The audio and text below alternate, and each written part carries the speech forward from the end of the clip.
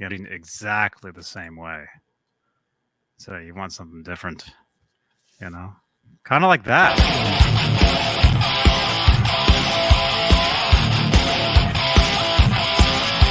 Boom, boom, boom, bang. Subscribe to the channel. Now I got to open up the Facebook window real quick so I can get to this Facebook chat. There we go. All right, we got windows open. This. All right. Subscribe to the podcast. How much now?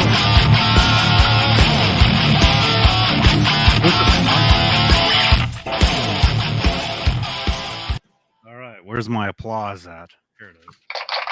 There we go. Thank you. Hey now. Hey now. Hey everybody, this is Johnny Beane and Jay Hannon. This is the show where we talk about Van Halen. If you like Van Halen, this is the place you want to be. This is called Johnny Beane TV. It is August 9th. No, that's right. No. What is your... Are you upside down today? It was upside down. I was about to say, holy crap. Yeah, it's August 6th. Just kidding. Just kidding. Wait a minute. Oh, crap. Wait a minute. Actually, what day is the 9th? 6, 7, 8, because we'll probably be live on that day too. Yeah, that's Monday. It'll be midnight for me on the 9th. I'll be live on Monday with you. Awesome. But you're back in time, so it's still Sunday where you are. So right. Hey, I'm glad the calendar was upside down. Technically, I will be live on Monday because Music Therapy Laz and I are going to take a trip to Campbell, California, to a guitar shop called Guitar Showcase. Oh, cool! In the morning, so 10 o'clock a.m. Pacific, 1 o'clock p.m. Eastern. We're gonna go live from this guitar store. You know, sneak our video cameras in there and show you some cool stuff. Wow. So what kind of is it, like a mom and pop store? Is it a kind of a California chain? What is it? What kind of shop is it? It's a mom and pop, but it's a pretty big one from what I mean, it's been around for years. Is Laz in here? I can't even see the chat. Yes, he's in there. Yep. Hey man. Oh, there he is. There. Wow, look at that. He's on it. I'm glad my upside down calendar reminded me about that. Awesome. PWC, you've been there? I have never been there. I have never been to that store in Campbell, California. I drive through the town all the time. But how far is it from you? With no traffic, I would say just under an hour, 50 minutes. So. Is there any chance of you, like, maybe, calling them up ahead of time and saying, hey, you probably know who I am. I'm a pretty big deal. And and maybe they'll let you, film some stuff, like, without it being weird or something, Maybe. I don't know. Laz, are they cool? You've been there. He's been there. He did some stealth footage from there, I think recently. So anyway, this Monday, 1 o'clock Eastern, 10 in the morning out here, California time, will be, anyway, we might be live from the alley in the back. Who knows? Cool. Either way, look forward to that. Oh, he said he's cool about it. Okay, cool. Awesome. Cool. Yeah, there's nothing like going into a place and, like, I mean, last year, the last time I went to Guitar Center near me, I was taking pictures of, like, a couple price tags on a couple of guitars, and I even felt weird doing that.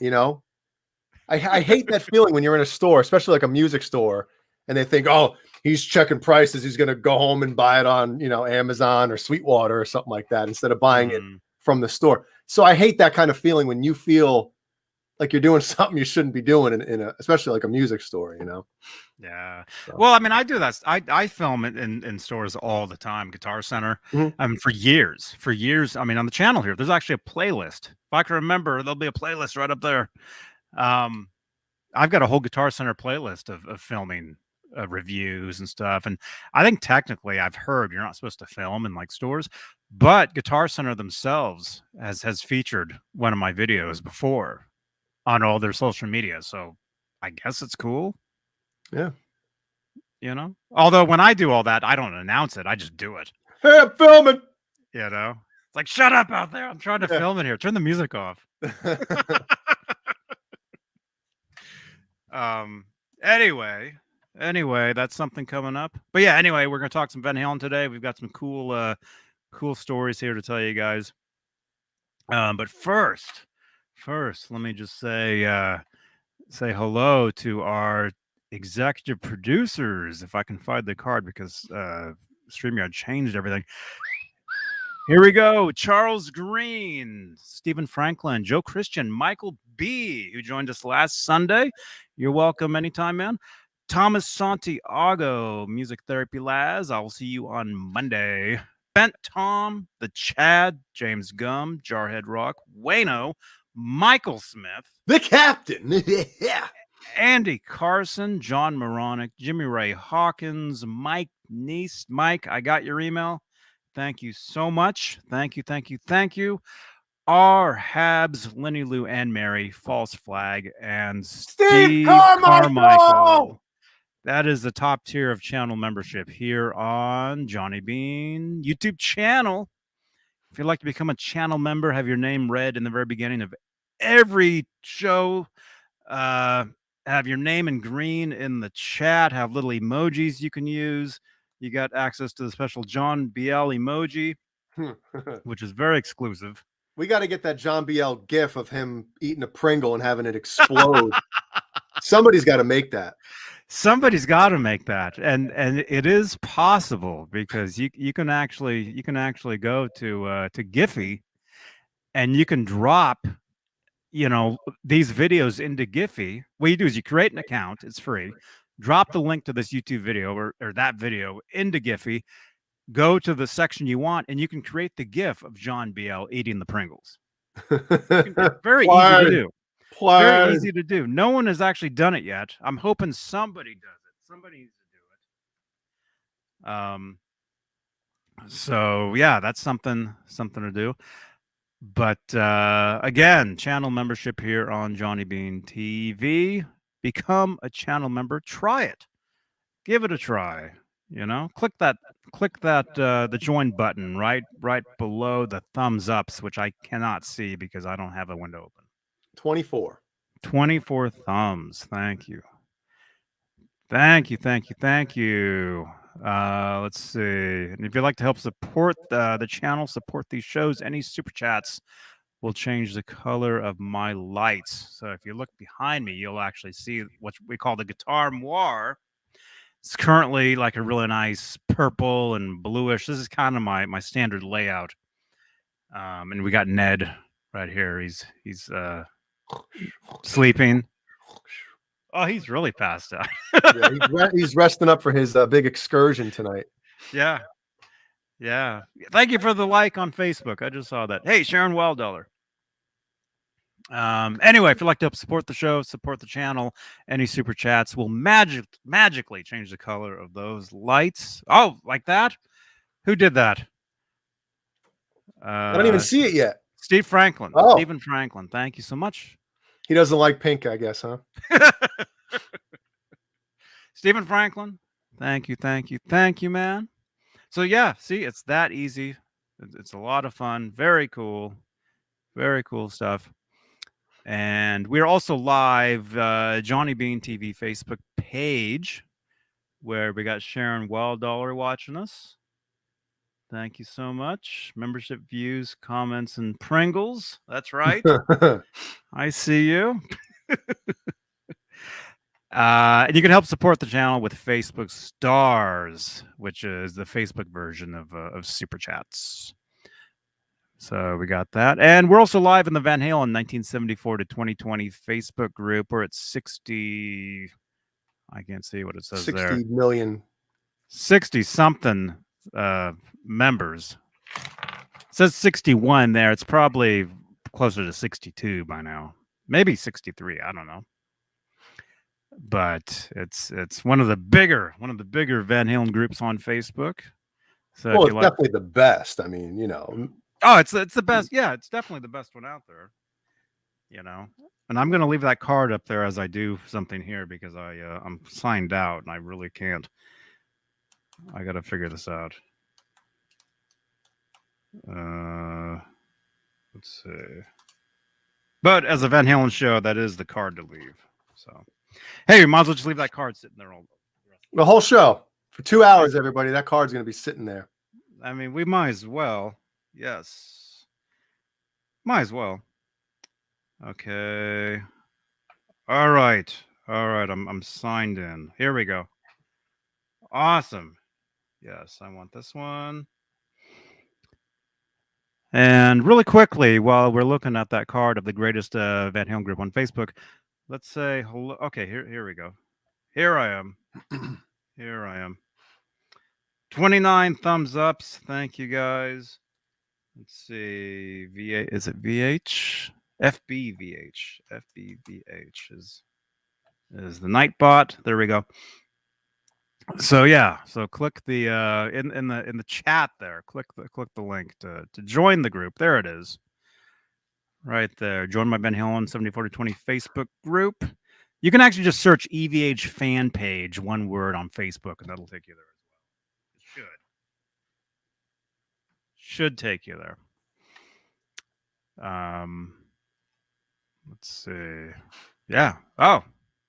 Hey, man. You look clear tonight, man. Maybe they upgraded, you know, the quality, The camera, the streaming quality for StreamYard here. Maybe they did. Yeah. Yeah. What they did, you guys who don't, if you don't use StreamYard, you don't know that they changed like the whole inside layout is different now. So when I go and I show like any of these cards, you know, like that one, like this one, where you can tell Siri to play the Johnny Beane podcast and let's do us on iHeartRadio and Spotify. Subscribe to the podcast. You know, I can show you this one for our show on Sunday nights, midnight Eastern, the Sunday night string change show.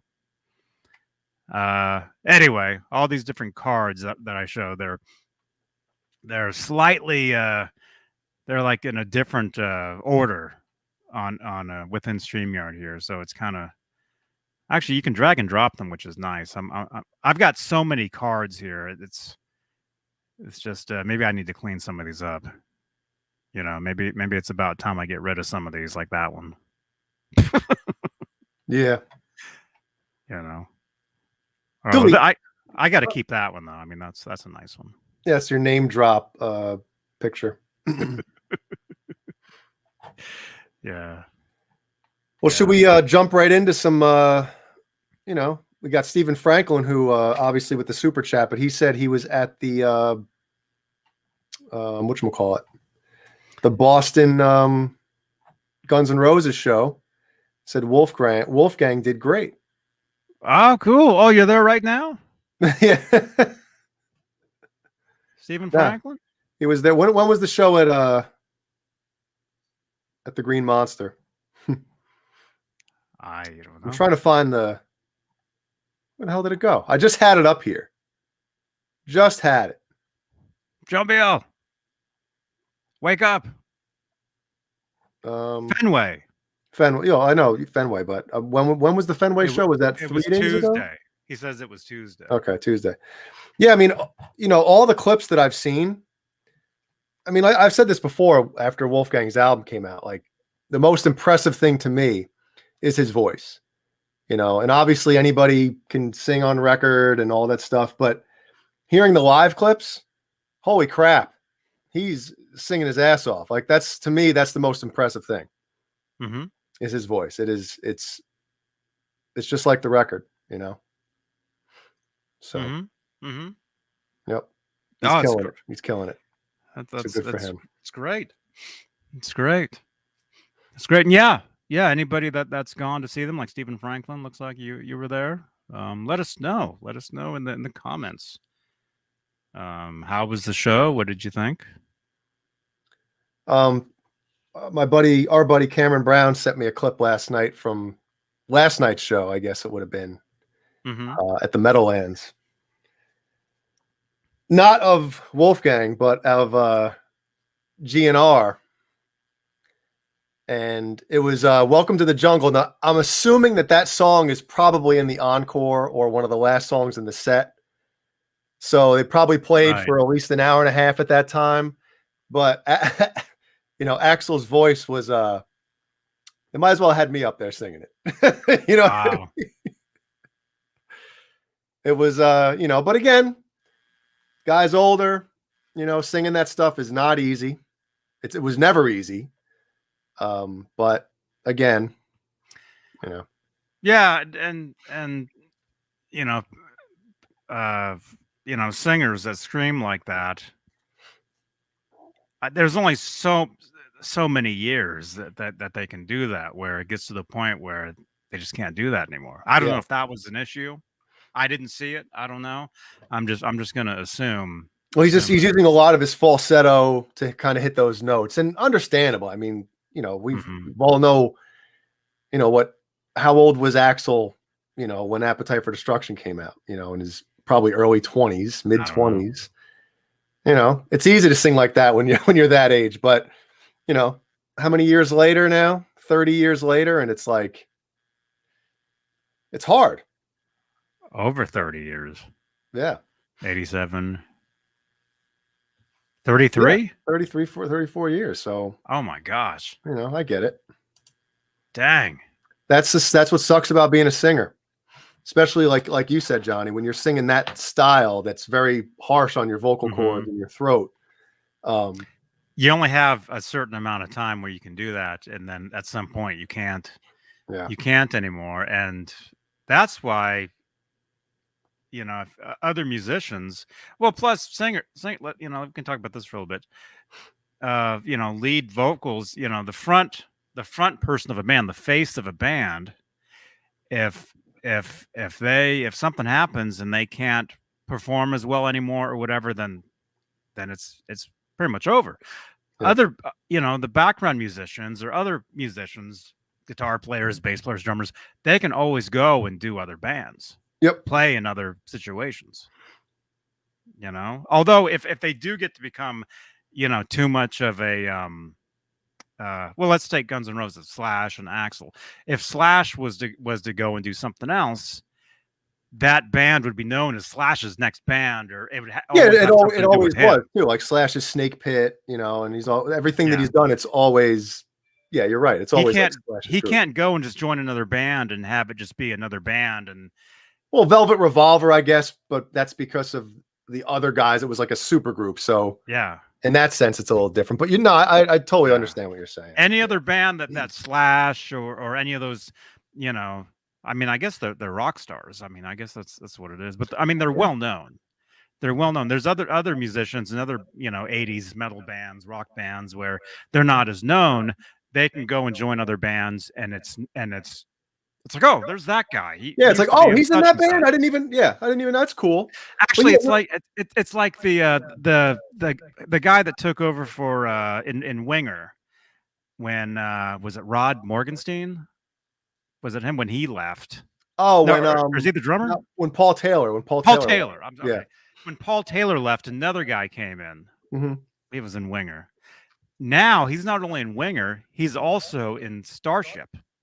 Oh, really? I didn't see. I didn't even know that. Mickey Thomas. He's the guitar player in Mickey Thomas. Well, in Starship featuring Mickey Thomas. There's different. There's Jefferson Airplane now, which is totally different, and then there's Starship featuring Mickey Thomas. Their guitar player was the guy who took over for the guy in Winger.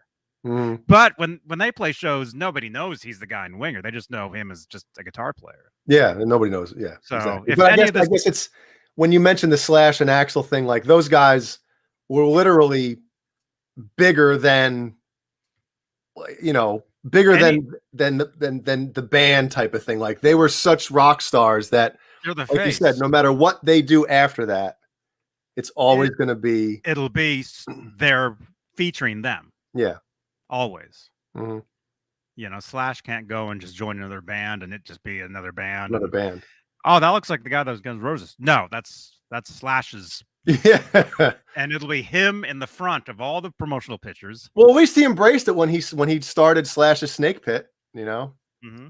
But somebody brings up a point I mean, there's always exceptions to rules. All right. So somebody brings up Rob Halford, you know, he can still sing his ass off. I mean, there's always going to be guys that defy physics, you know, and the human body. Miles Kennedy can still sing like he's 25.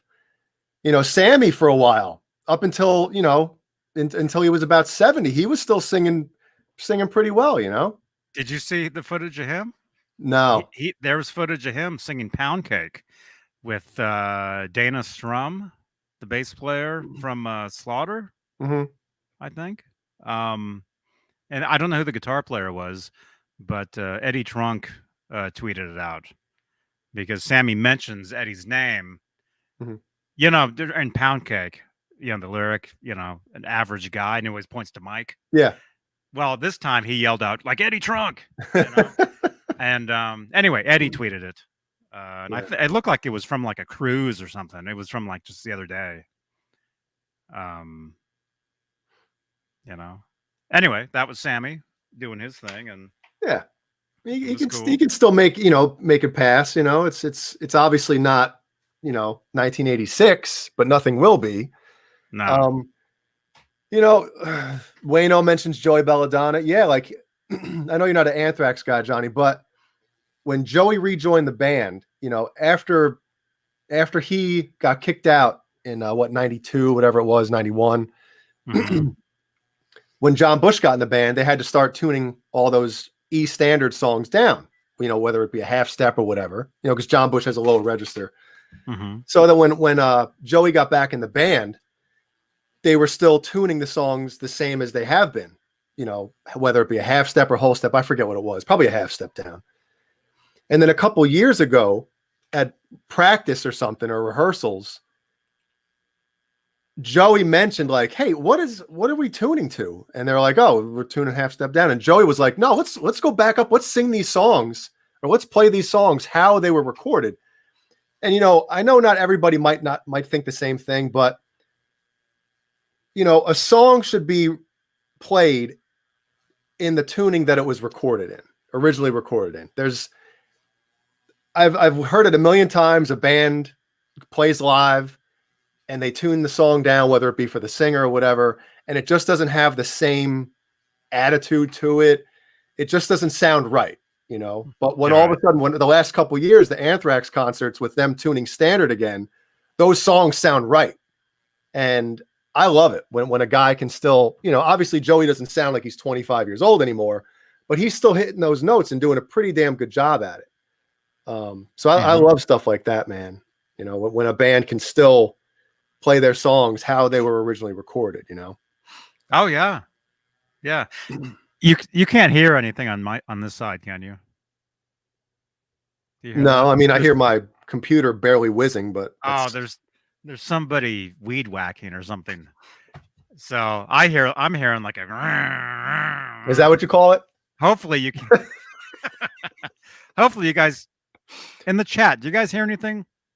Yeah, it's super noisy here. Hopefully you guys can't hear it. With this, probably not. Yes, Simon says, I totally agree, Jay. Songs have a key that they work in, and you definitely lose something when you change the key. Yeah. I mean, next time, anybody watching, when you're picking up a guitar, writing a riff, right? If you have a guitar tuned, you know, a couple different guitars and different tunings, right?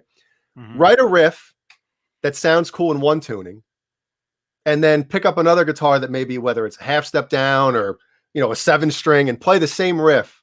And sometimes you'll be like, oh, it actually sounds cooler in like drop C or E standard or drop D, whatever. Sometimes a riff just has just a right tuning to it that sounds better, you know? Another thing you can do with that, and this is something I do all the time, is I'll use a capo. And I'll put a capo on the guitar. And of course the capo, that just brings it, you know, higher and higher, up and up and up. But there's parts where you capo on like the 10th fret way down here, and you play it and it's super high, but it gives it a totally different, you know, tone. Yeah. You know, which I know you're talking, you know, going the other direction, but a capo is a good way to do that too. Just to try it out. And although that's how you really, you know, you really mess with the vocals. is Oh, you yeah. bring out the capo, and it's like, okay, we're gonna take this up a notch. Yep. Yeah, but I mean, speaking of singers, like I know there are a bunch of singers that can still, like I know Craig from CHS Custom, he posted a video a couple weeks ago of Slaughter. Mark Slaughter's out there, and Right. Yeah. man, he's still got the pipes too. When you listen back, he's one of those guys that like early Kip Winger, kind of the same thing where he could hit that raspy falsetto out of nowhere, and it sounds so effortless. And he could still do it. And I was like, wow, man, this guy's still crushing it. Yeah. So there are guys that can still do it. But then, there was that clip of Don Dokken with Lynch came out with him and they played I watched that. I felt so bad, It was like he was talking in his sleep, the song, Yeah. Yeah. And because you were talking about it, and either I looked it up or it was in my feed or something. So I watched the whole thing, that whole song, and I mean, people enjoyed it. So that's I mean, and people understand. I know Don's had some health issues and stuff too, so that obviously contributes to it. But I mean, I'm not a singer, right? The best I ever did was do like backup harmonies live, and that's where I draw the line. Like nobody wants to hear me sing on an album. Oh, I fake them. I'm just like, when it's my turn, I just do this.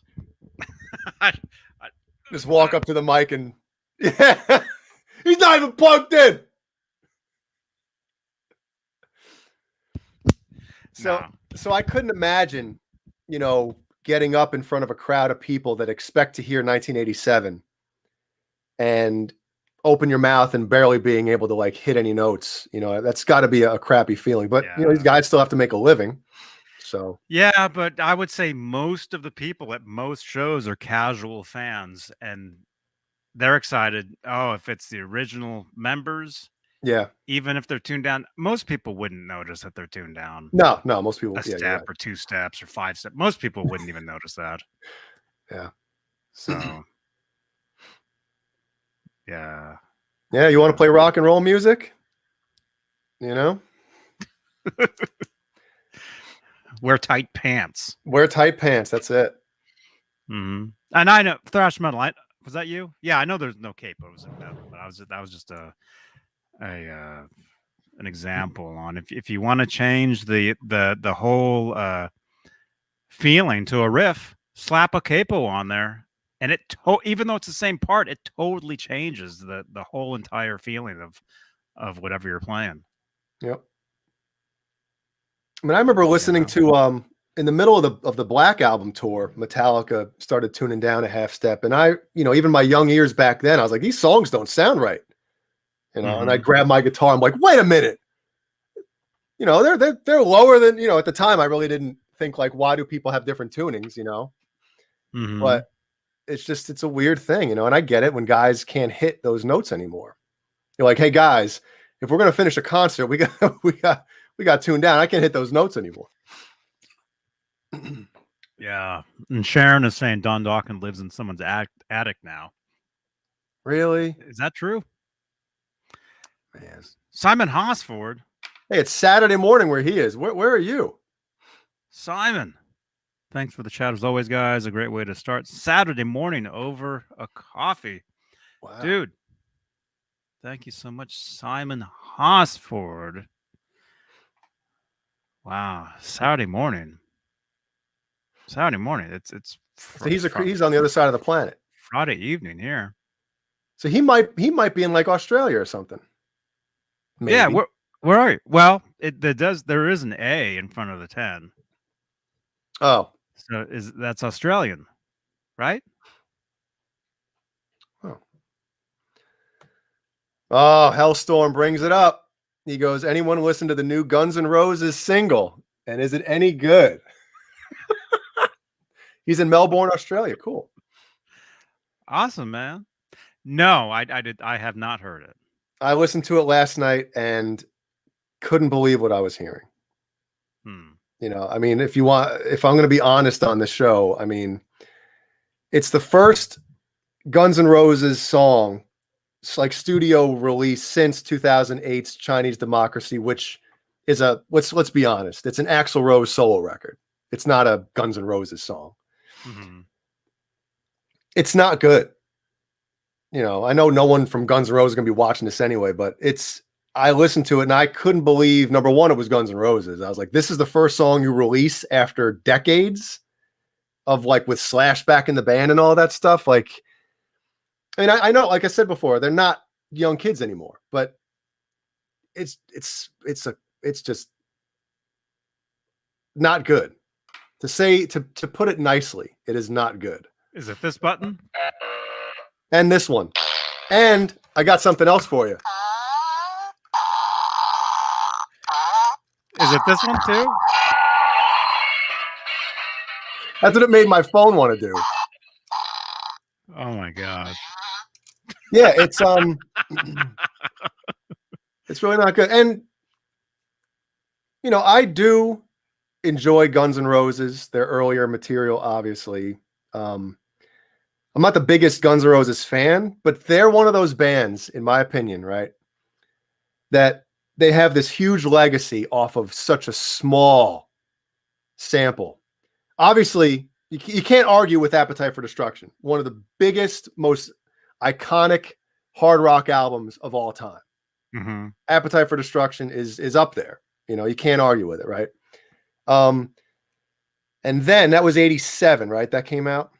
And then 91, when Use Your Illusion 1 and 2 came out, you can make one really good album out of both of those albums. You know, I think that was a waste of putting two mediocre albums. They could have put one really good one. Right. But other than that, like what, you know, they're one of those bands that literally have, you know, they're huge because of such a small sample rate or sampling, whatever you want to call it. Because of one record. Yeah, basically one record. But that's how great it was and iconic it was that it's still, you know, it's still Axl and Slash and all that stuff. Mm-hmm. And they can still charge $200 a ticket for the nosebleeds in 2021. Man. You know, and I know there are some people that, you know, probably think I'm an idiot for saying stuff like that, but that's just my opinion, you know? Mm-hmm. They're one of those bands and, you know, like a Pearl Jam, not that it's the same type of whatever, but you know, Pearl Jam 10, amazing album. Pearl Jam Versus, pretty damn good, but that's it. And they still sell out the planet because of such a small, you know, 2-year, 3-year span of greatness. There's definitely those two bands. There's definitely hardcore. Yes. There's a hardcore audience for those, and they'll go to any tour, any show. They'll be there because that's their jam. Yeah. As the kids say, or the boomers. I don't know who says that. But it's just weird, like Guns, man. After the you know, after the Use Your Illusions and stuff like that, and like what did they put out that was good? You know, and I'm asking seriously, like any Guns N' Roses fans in there, in the chat or watching or in the comment section after the show is over, let us know. Yeah. By the way, yeah. Anybody watching this on the replay? Thank you so much for watching these shows. And yeah, don't leave.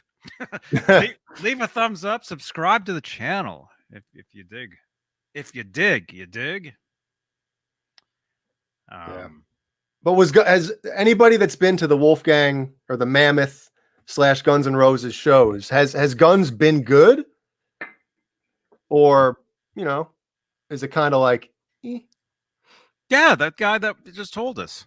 Stephen Franklin, he was just there. Well, yeah, he said Wolfgang was awesome. And then you left after that? So I'd have to watch some Guns, man. I'd have to. I mean, that's the thing too.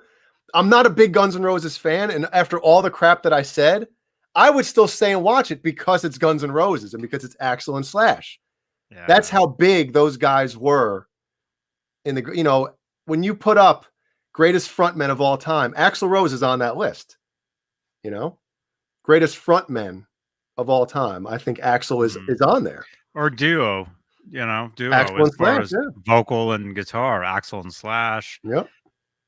Jagger and Richards, Eddie Eddie and Dave, of course, Eddie and Sammy, of course, Eddie and Gary, of Well. course. In my opinion, yes. You Could Be Mine. Yeah, that might be my favorite Guns song, man. The one from Terminator 2. Such a killer tune, man. Yeah. Little overplayed for me, I think. Well, that video was neat too when it came out, though. Always on. Yeah. The video was cool. Yeah. So hey, who do we have watching this? We got 87 people watching this. Not bad for a Friday night. Boner Jams just joined the fun here. Hey, Boner. Great show Wednesday. That was a great show. All right, so let me read through. Wait, should we do a all right, how about this? We'll do a little poll. You want to do new Guns N' Roses song, yay, nay, meh, or whatever? Sure. And I'll be right back. Give me 2 minutes. 1 minute. 1 minute. 1 minute. I'm drinking this drink too fast. New G and R tune. Here, let's do a poll here. Even though I haven't heard it. I don't know. There we go. There's a poll for you guys right there. And hey, yeah, let's say hello to everybody that's watching this. We got E flat 916, Robot Master Switch. Dude, let me know if you're around later, man. Christopher Live Soa is watching us. Chris Bevan is here. Stephen Franklin is here. Simon Hosford again. Thank you so much for the super chat. And I saw Grant Fisher's. Hello, Grant Fisher, by the way.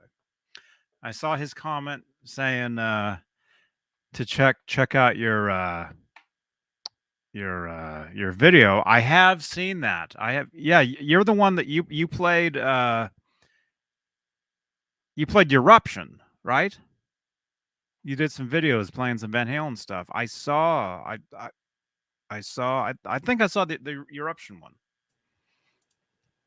All right, what is it? New GNR. I can't wait to see this. Cool. Who said yes? That's what I want to know. It's going. Grant Fisher. Grant Fisher. Dude, it's great to see you in these chats, man. Grant Fisher. We go back a lot of years, I think. I remember when you ran a very cool website back in the day. Kay Matthews is here, or Kai Matthews. James Stewart, Majestic PB&J Cat, Nightbot, of course, which is me. So if you guys get mad at Nightbot, you're hurting my feelings. Oh. First Street Dwellers is here. Leo Safko is watching us. Hey now, and the rest. Thank you so much. I missed the roll call, huh? Leave a thumbs up. Yeah. Santa Cruz 3600. Eruption. Yeah. Well, I guess you could call it that, considering You Really Got Me is right after. So just combining the two names. Yeah. 2 songs. Yeah. Frank Spear is here. And dude, hey Frank, hey now. We got to do a show, man. I've got your book here, man.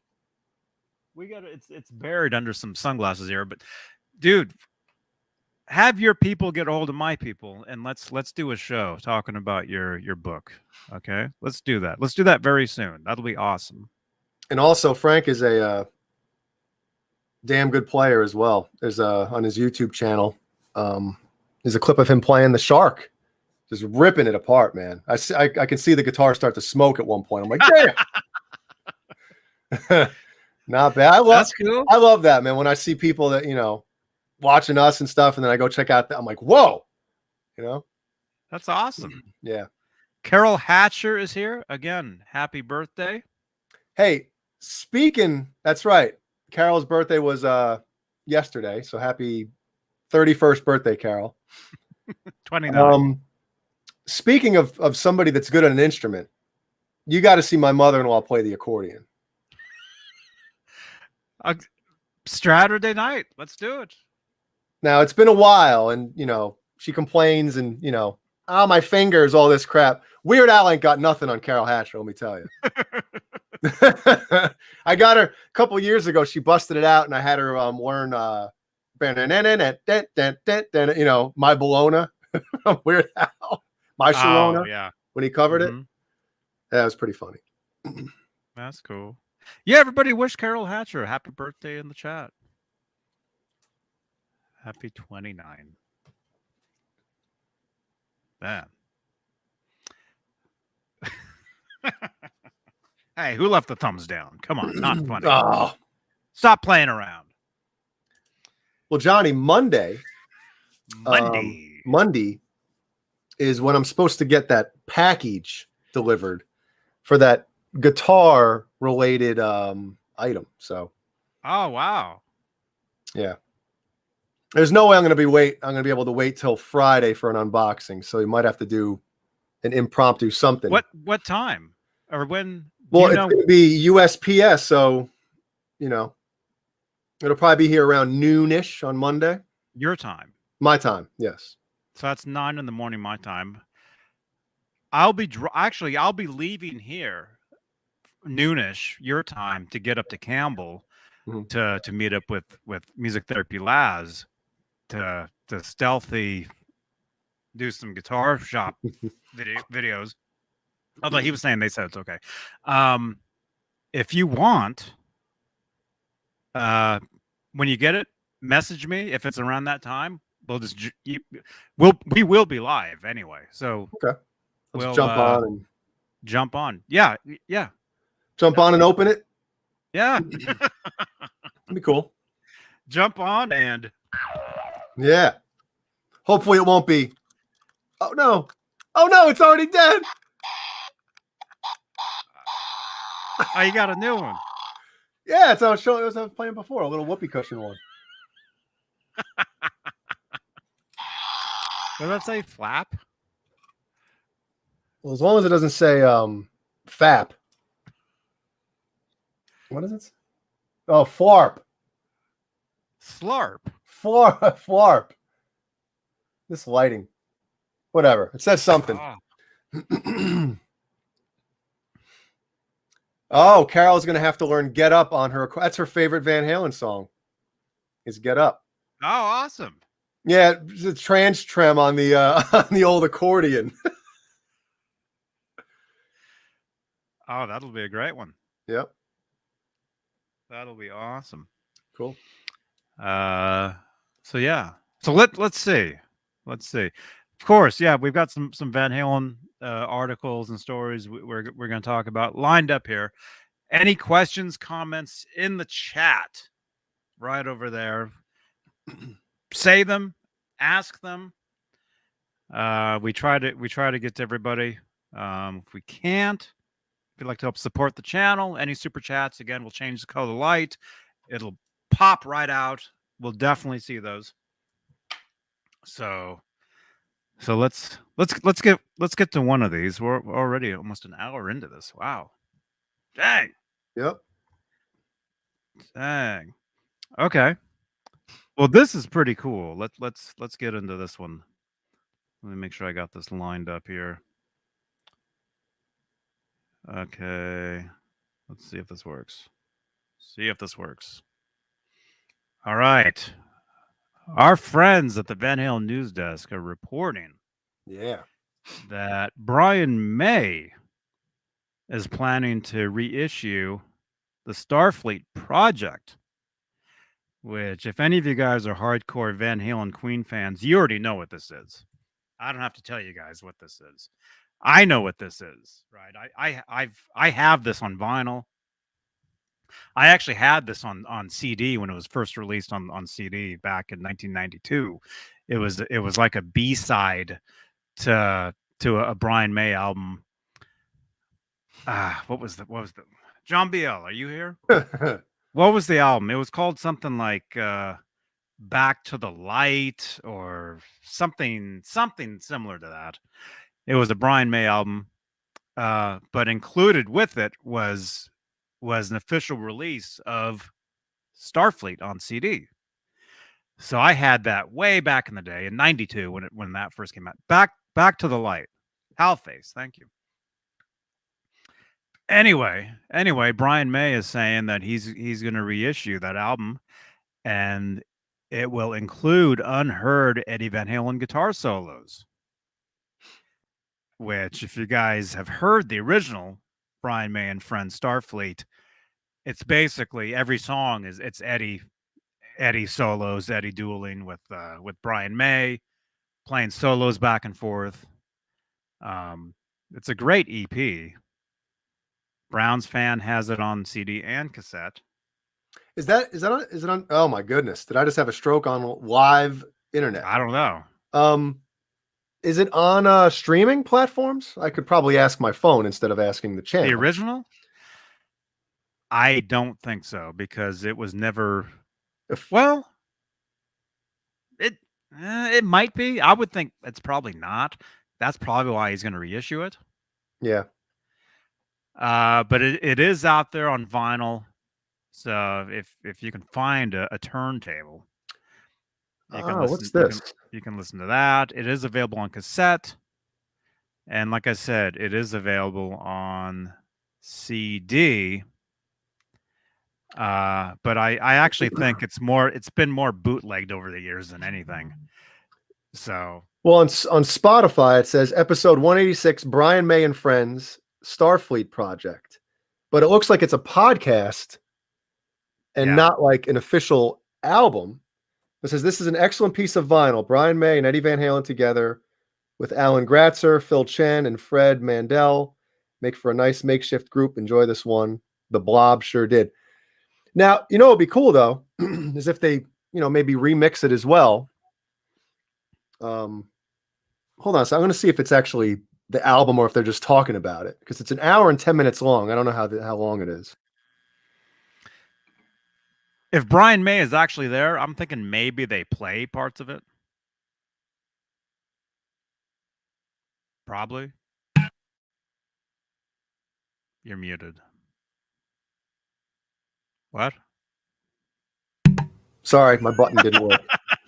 So what it is it's like a podcast, but like they'll talk for a few minutes about a song and then play the song and then talk again, then play a song. So that's pretty cool. So if you search for Starfleet on Spotify, the first one that pops up is that one that says episode 186, Brian May and Friends Starfleet Project. So it's there, but it's not like the official release or anything. No. So no. But yeah, it's all over YouTube. It's everywhere. Stuff really isn't that hard to find nowadays. Yeah. But so anyway, getting back to this, what makes this exciting is this will include unheard Eddie Van Halen guitar solos, either as part of the songs, maybe the songs.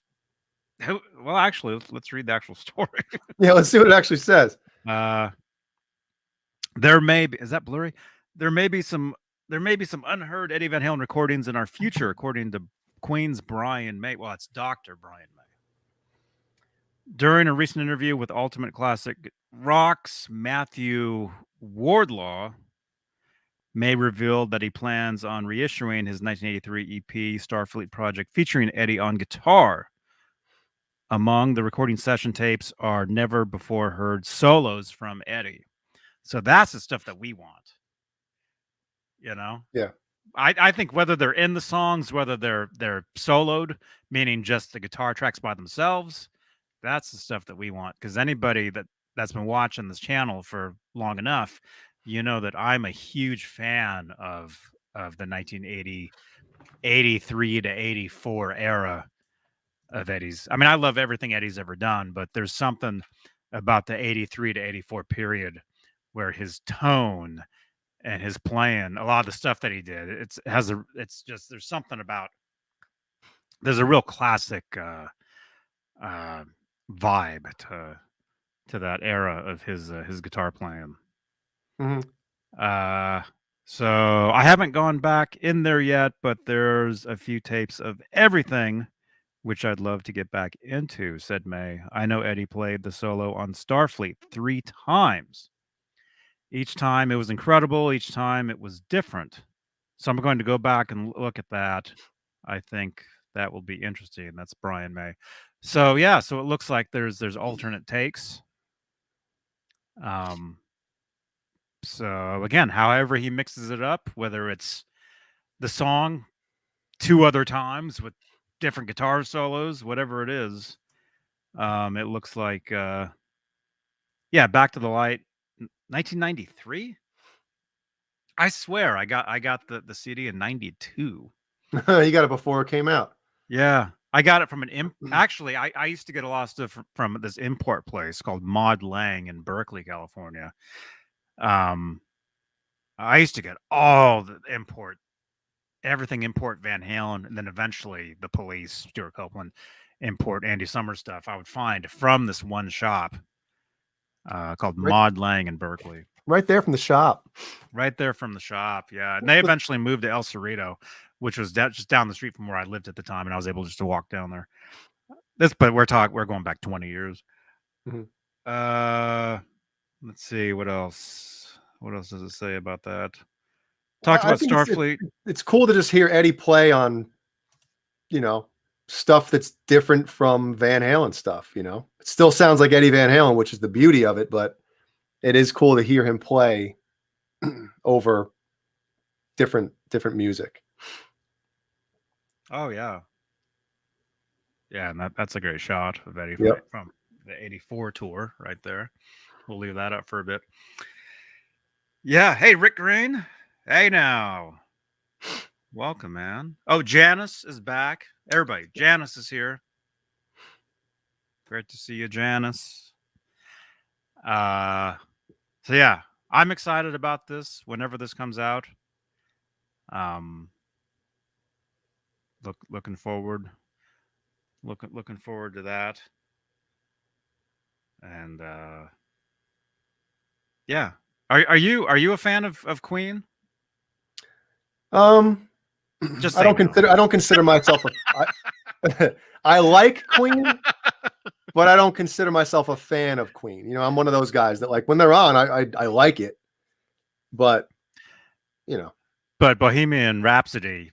Oh, from when Wayne's World came out, I was pumped. But I mean, when I was a kid, I had the Another One Bites the Dust 45. I used to rock the hell out of that.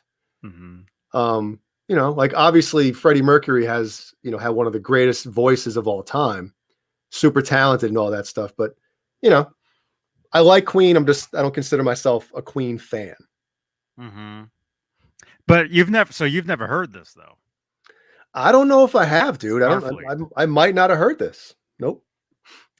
What this was is it was a TV show, right?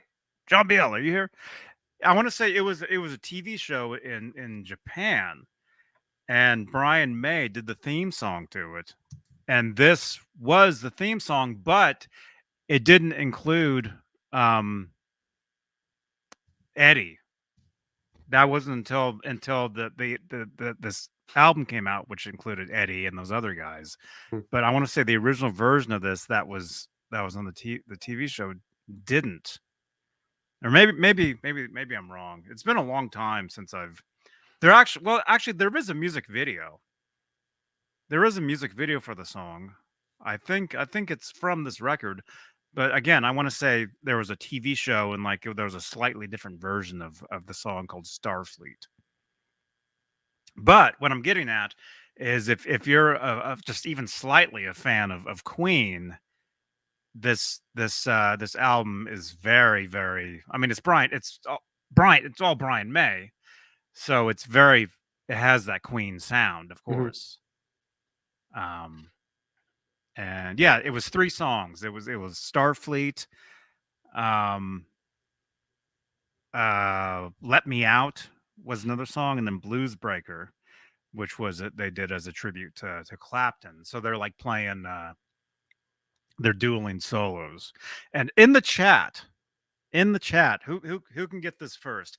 There's actually on the very last song, Blues Breaker. What happens? Eddie is playing a guitar solo, and something happens during his solo that was caught on tape. Who in the chat knows the answer to that? Ooh. Trivia. Whoever can get it first. I remember listening to it for the first time and hearing it. There we go. Rick Green. Oh, Kelly. Oh, Grant Fisher. Wait, oh, you guys are all getting it. Yeah. Eddie broke a string on record, and you can actually hear the string snap as he's playing. Oh, that's pretty cool. Yeah. So maybe there's an alternate solo to that where he doesn't break the string. Yeah. But yeah, if you're even slightly a fan of Queen, we know you love Van Halen. Yeah, this is something to definitely check out. Oh, of course, especially now, where, ever since Eddie passed, like now it's like you want to hear everything that he even might have been on, like all these, you hear, especially with all the Sunset Sound, podcasts and stuff like that, and the videos they've come out with engineers and assistants that were there that talk about, there's recordings of this, there's recordings of that, and it's like, oh, give me it, you want everything now. So yeah. I mean, I always did, but it's just it's still unbelievable, and we're almost coming up on 1 year, if you can believe that, man. Hold on, Jeannie's trying to get Killian to sleep, and Joey's down there barking. I gotta go. Hold on, I'll be right back.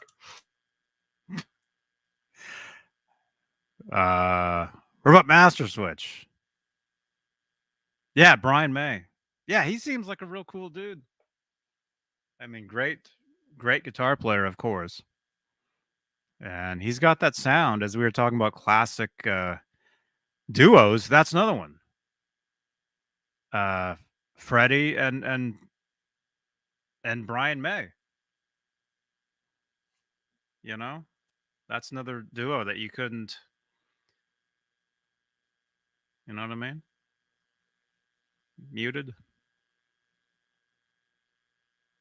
I think. Yeah. This button on this damn microphone. I have to press it 3 times. That's what she said. Yeah. Stephen Franklin. Actually, the light didn't change because it was already on that, but Eddie changed the neck on the Frankie for that recording. Yes. Oh, you look at that. Yeah, scroll down the picture of there actually is right there. That neck. This picture here. Of course, that's Brian May. That's Eddie with is it Phil Chen? Is his name? That's Eddie with his bass, and then there's Phil with Frankenstein, of course, and Frankenstein has a different neck on there. All right, who in the chat can tell us what other guitar that neck was on?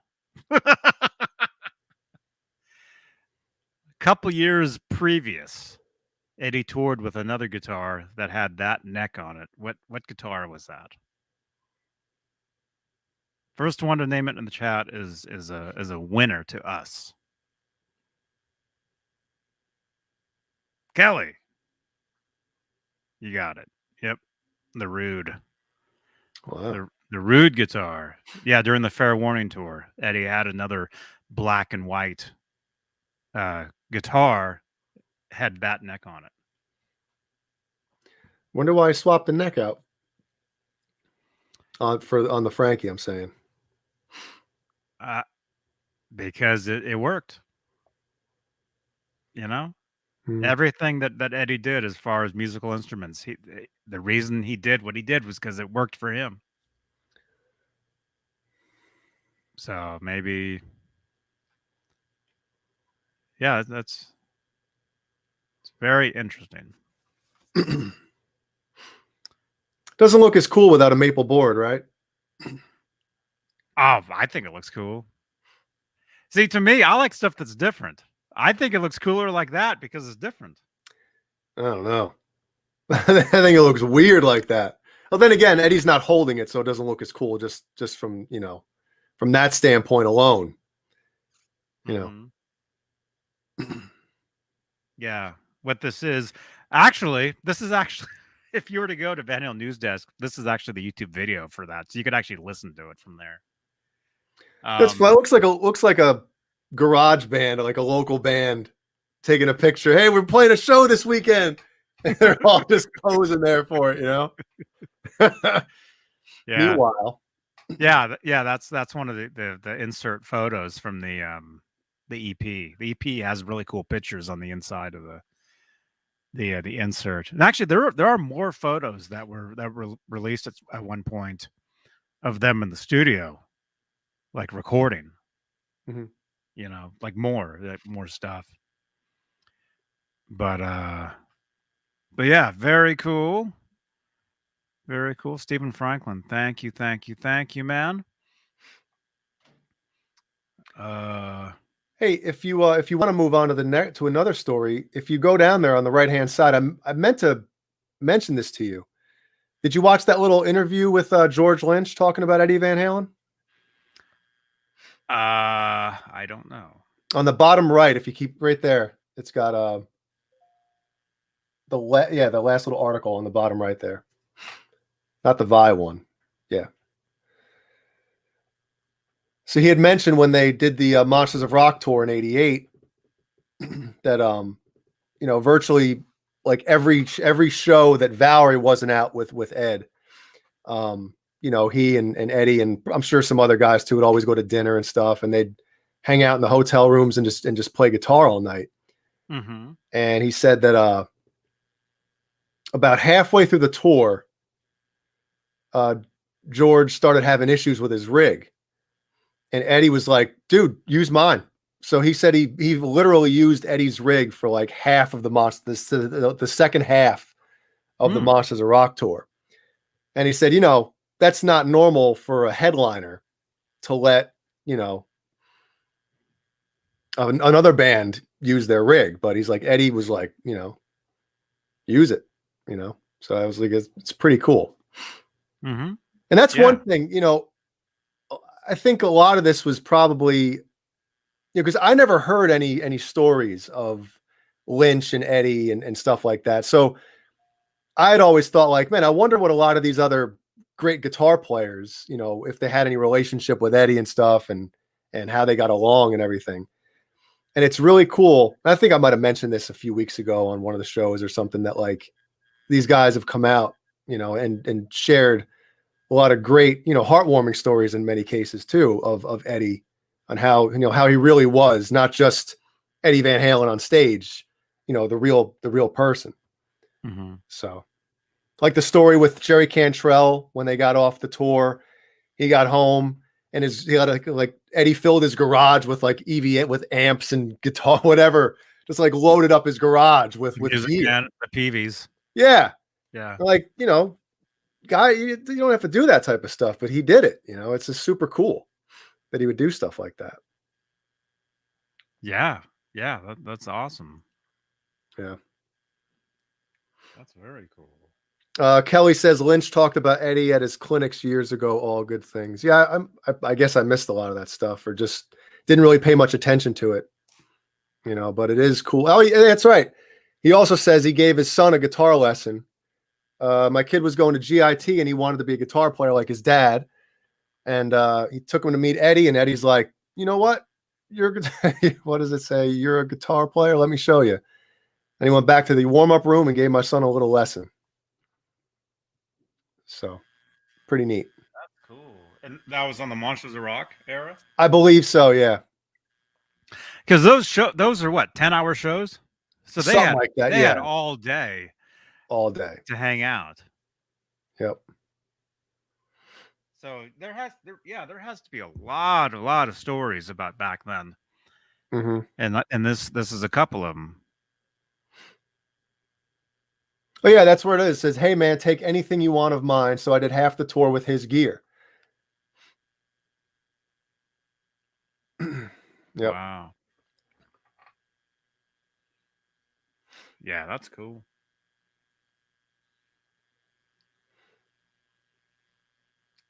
Man.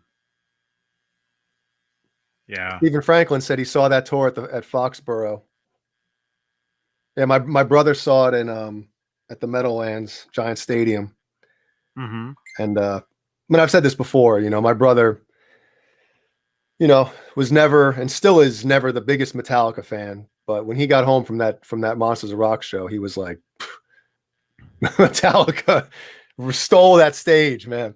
He's like, they just took the stage and he's like, they were outstanding. But he said kind of the same thing. Like, he was there all afternoon. He said by the time Van Halen got out there, he's like, he was burnt. It was just so many hours of music in the sun. Mm-hmm. So, yeah, I can't even imagine. I wanted to go, but it was like a couple states away from me at the time. So yeah. Plus, you were like a couple months old, right? In '88, you weren't really. I wasn't even born yet. That's the real That's reason right. I didn't go yet to that show. I wanted to be born to go to that show, but I wasn't. Damn it, Mom and Dad. But I knew about it. Nah, I'm just kidding. I'm 29 now, so actually, well, I think that was over 29 years ago.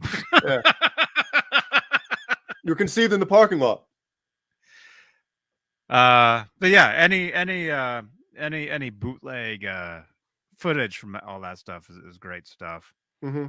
And that really is my era, though. Is the '88. Oh, 812 era. I've said that a million times. Mm-hmm. So any footage from that or stories from that era are I think are extra cool. Yeah.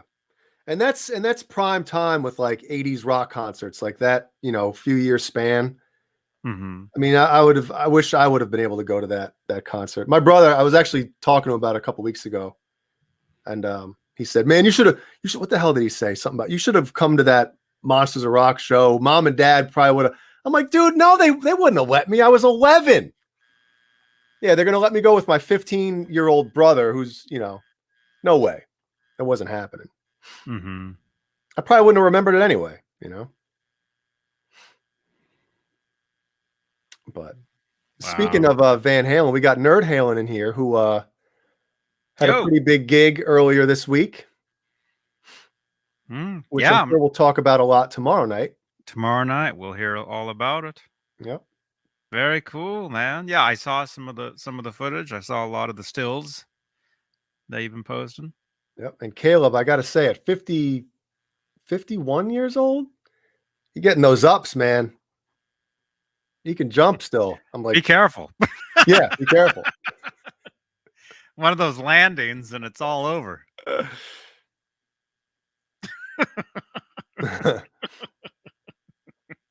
So yeah, we'll hear more about that tomorrow night. Yeah. Yes. Let's see. I'm talking too much. I got to get some more water. Really quick. Actually, all right, what's the next story? What's the next I'll start it off if you want. Well, here, go with this poll. We haven't ended this poll yet. 67 votes. Wow, I can't wait to see the what are the results here? We'll end the poll. Wow. Go to the other screen, please. 18% yes. That's not very good. Where is it? 17% no or yes, like the new Guns N' Roses song. Wow. Not very good. I can't even see it. Oh, because I can't show it on StreamYard. That's why I'm looking for it. Well, meh is 41%. No is 40%. Now I kind of put those together. Yeah. They're kind of the same. Yeah. And then yes, 17%. Does that add up? Is that 100%? I guess there's some decimals in there. How many votes did that get? 67. Wow. I think that's the most votes we've ever had on a poll. I think so too. That's quite a few. That's quite a few. Okay, let me grab some water real quick. All right. Oh, I got a question here. Jay, favorite Hetfield riff? Oh my goodness. Well, I'll say that a couple of my favorite Metallica riffs are the first couple riffs in Blackened, but those are Newstead riffs. Oh my God, there's so many. There's Battery. Oh my goodness. There's the solo section in Frayed Ends of Sanity off of Injustice for All. That is just super, super killer. You know, the key changes during the solo, and it's just such cool stuff. Wow. Damage Incorporated, the bridge to Damage Incorporated. God, there's so many. So many. I mean, in my opinion, Hetfield in his prime between 86 and 89 was best metal rhythm player ever. He was so tight and so precise back then. And that's how, you know, when I started playing guitar, that's kind of how I got a lot of my you know, rhythm stamina chops and you know, tightness and stuff like that from playing along to those Metallica records. Because if you weren't on with it, you knew it, you know, because it was so tight that if you weren't locked in with his right hand, it sounded like slop. So, Wow. you know, then you got Disposable Heroes, which, you know, if you want to get stamina on your right arm, practice Disposable Heroes. So there's that too. There we are. Oh no. Oh no, you have the blue screen of damn. That's not good. This computer is on its way out. God, that's horrible. That's a lot of words for saying it's broken. Crap. That's what it should say. When your computer has like a screen of death that comes up, it should just say crap. Mm-hmm. You know, not a bunch of codes and stuff. Just it should just play this sound. Yeah. Thrash Metal says play Disposable Heroes in one take. Yes. See, and that's the thing too. That is impressive. And I'm not just talking about heavy metal or Metallica. Like even any of this intricate stuff, like, you know, you listen to the isolated Van Halen guitar tracks, like they didn't have the benefit of modern digital technology where you could literally edit everything. And, you know, oh, that one little flub right there. There's a string noise in this one riff. Let's punch it in and fix it. You know, they didn't do any of that stuff. Right. Like, these guys had to go in the studio and know their music inside and out. Otherwise, you're wasting everybody's time. You had to be a professional. With all, because I have all the guitar, what's it called? Guitar band, rock band, guitar, you know, the video game, all the Van Halen tracks. I have them all. I have all the guitars, all the bass, all the drums, all the vocals, all the whatever. And for all the guitar stuff, you don't hear any punch-ins for that stuff. Yep. You really don't. You do hear some punch-ins for some of the bass stuff. If you listen to some of the bass tracks, you do hear some cuts. Yeah. For some of that. And I think some drums. There might have been some drum stuff. Yeah, you can hear. Yep. Where when you have just the isolated drums, you can definitely tell when something is put together. You hear like a cymbal cut off or cut real quick, or you'll hear like, let's just say on a one is a double crash or something. Yeah. And then a couple seconds later, you're like, wait a minute, one of those crashes isn't ringing out anymore. You know? Yeah. It's like, wait a minute. So yeah. But with the guitar stuff, you don't hear it on it, man. You don't hear any of that. And one of the impressive things when you like, let's just pull out Hot for Teacher, for instance, right? You hear him change the pickup. You know what I mean? Like, not the pickup selector. Like it's nowadays you don't do that. You're like, you're going to record a rhythm guitar track or whatever with, you know, the volume rolled down on one part. You're going to stop the take, switch the pickup, put the volume up, and then start the next take. Whereas he was doing that all in one take, like rolling the volume up, putting it down, changing the pickup in mid take on record. Like that's crazy. No, these days, if you're going from clean to dirty back to clean, you're using a lot of times. Modern times.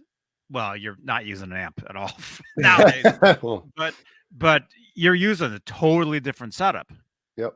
totally different rig for each part. And even though it's like a split-second change in real time on the record, so much more went into it behind the scenes as far as setting up different amps, different guitar, different this could be a different day, Hmm. different whatever. Yep. But yeah, those early Van Halen stuff, it was all same take. Yep.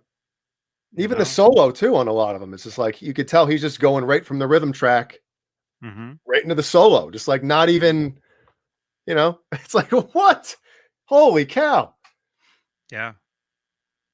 Now, Yeah. personally speaking, because I'm, nowhere near any of that, but I almost, if I'm tracking rhythm guitars, it's like a different, mindset from going from like rhythm guitar to lead guitar.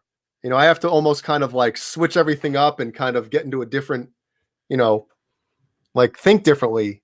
I could Mhm. never, playing live is a different story because you're in the moment and you're rehearsing for that.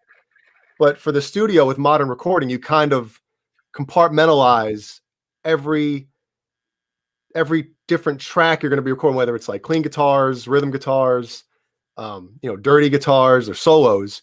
You kind of have it in your mind that you're going to be recording all that stuff separately, so you don't have to learn how to put it all together in one take. Does that make any sense? Yeah. Okay. Yeah. And yes, Definitely. Mike Neese brings up a point. He says for Van Halen, Don Landy was a master splicer, so you'd be lucky to hear it. But yeah, I mean, a lot of those guys were good at splicing, and like Randy Staub with Metallica. But a lot of times when you have those isolated tracks from back then, you can hear the little, whatever it might be. So, Mm-hmm. Yeah, because you can hear noise. mhm. Like there might be a clean track, punches into a part where there's some noise, and then the noise goes away when it goes to the next part. Like you can tell. But when something is buried in a track, underneath, under vocals mixed in with drums and bass, you can't hear those punch-ins. Or even if they're different takes. If you're good enough, you can't hear that stuff, and it's just seamless. Yeah, and especially like when you have everything together, it's hard to hear a lot of that stuff. But when you do have the isolated tracks, you can hear a lot of stuff. You're like, wait, I never even noticed he played that note there. Mm-hmm. What band was what's isolated guitar track was I? Oh, it was something off of Justice from Metallica. I think it was the song and Justice for All, the title track. I was listening to his isolated rhythm tracks, and I'm like, there's one note in one chord that's in there, but it's when you hear the whole thing in context, there's the vocal over top of it, there's the drums, there's no bass, obviously, but but there's this one note in this one chord where I never realized he played it. I'm like, whoa, I never even heard that, kind of one note in that chord. And it's just weird. It's just kind of cool to hear stuff after all these years thinking something inside and out. Mm-hmm. And then you hear one little thing that you never heard before. Like, wait. Yeah.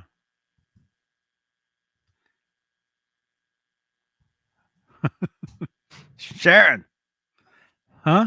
Sharon Wilddollar. Ned looks like contest or best rig pick of the night. There he is. Yeah. Yeah, he's passed out. He's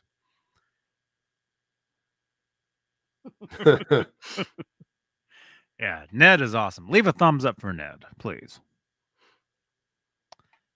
Yeah. So where are we? Yeah, where Yeah. are we? So let's look at this. This is pretty cool. Uh there is an auction. Here, let's share the screen here for this one. So it looks like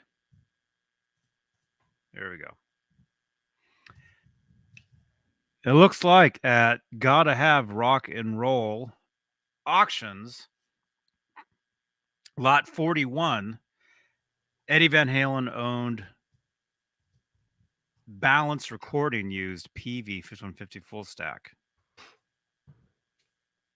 Pretty cool. Let's see. This is a preview. The auction will open on August 11th. So you got some time before you put your bids in. Now, again, is this I haven't seen this before. Is this another one where there's no proof of him owning? Let's see. Well, let's read this. This says these Peavey stacks of amps, serial numbers 1, 2. Okay, so it looks like there's 3 different amps. Were used on the Balance album. Well, there's two cabs and one head, right? Full stack of, well, see, Well, that's why this is kind of weird. Well, the picture shows 2 cabs and one head, so yeah, you would think that's yeah, but the title says full stack of amps. Yeah. Which technically there's only 1 amp sitting there. It's more like full stack of speakers, is what it should say. Michael B. Overdrive before compressor. Jay, what's your take on that? Overdrive before compressor. Oh man.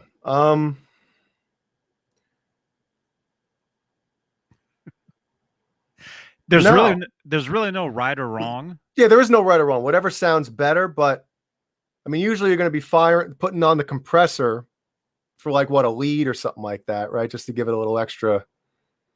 So I would probably, if it was me, I would probably put the compressor first before the overdrive. I mean, do whatever sounds better. I mean, you mean from the guitar to the amp? Yeah. Mm-hmm.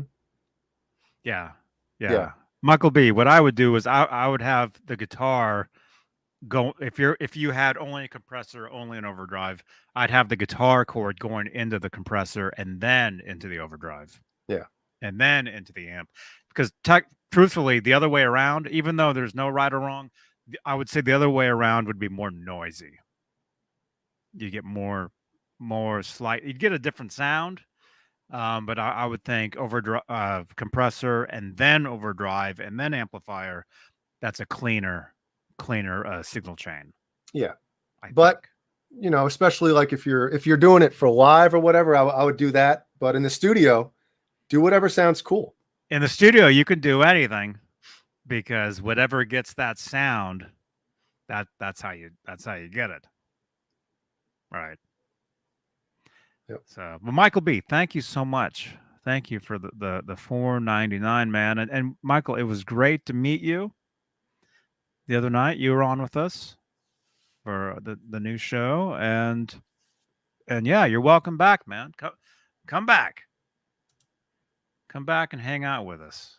Sunday nights, the Sunday night string change show, I think is what that's called. So going back to this, see, I mean, it's an auction, and so the wording isn't, full stack of amps, unless there's more amps in here. Let me see. I'll read this. These Peavey stack of amps, and then there's 3 different serial numbers, were used on the Balance album in 1994. Okay, which technically they got that correct because the album was recorded in 94. Because it came out in January 95, I think. Eddie Van Halen recorded the album in his 50/50 studios, but also at the Armory Studios in Vancouver, British Columbia. Eddie always stayed true to his sound, so he used his patent 5150 Peavey sound. Well, Peavey is misspelled. That's another red flag. Jesus. Typo. With his Ernie Ball Music Man guitar throughout. Is that supposed to be one word? Throughout?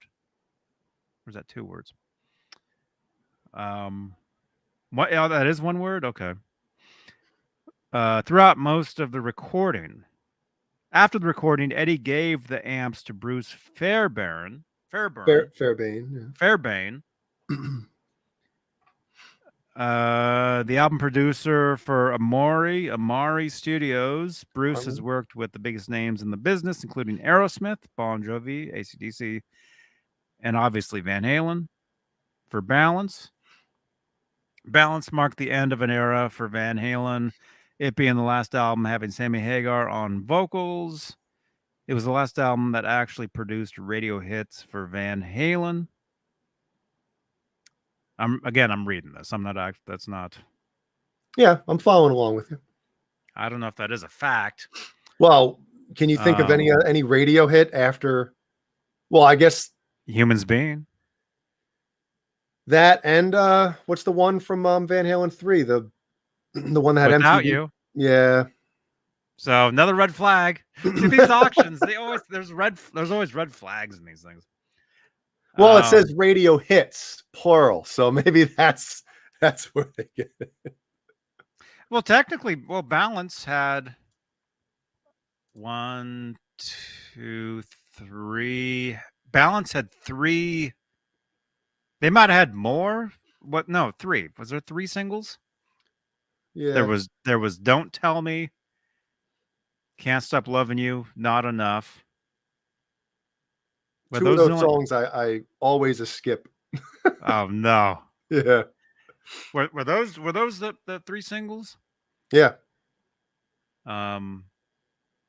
Anyway, and then after that there was Stephen Franklin. There was Amsterdam, which of course we'd forget because that's the video was banned. That's right. Yeah. So you never saw the video on MTV.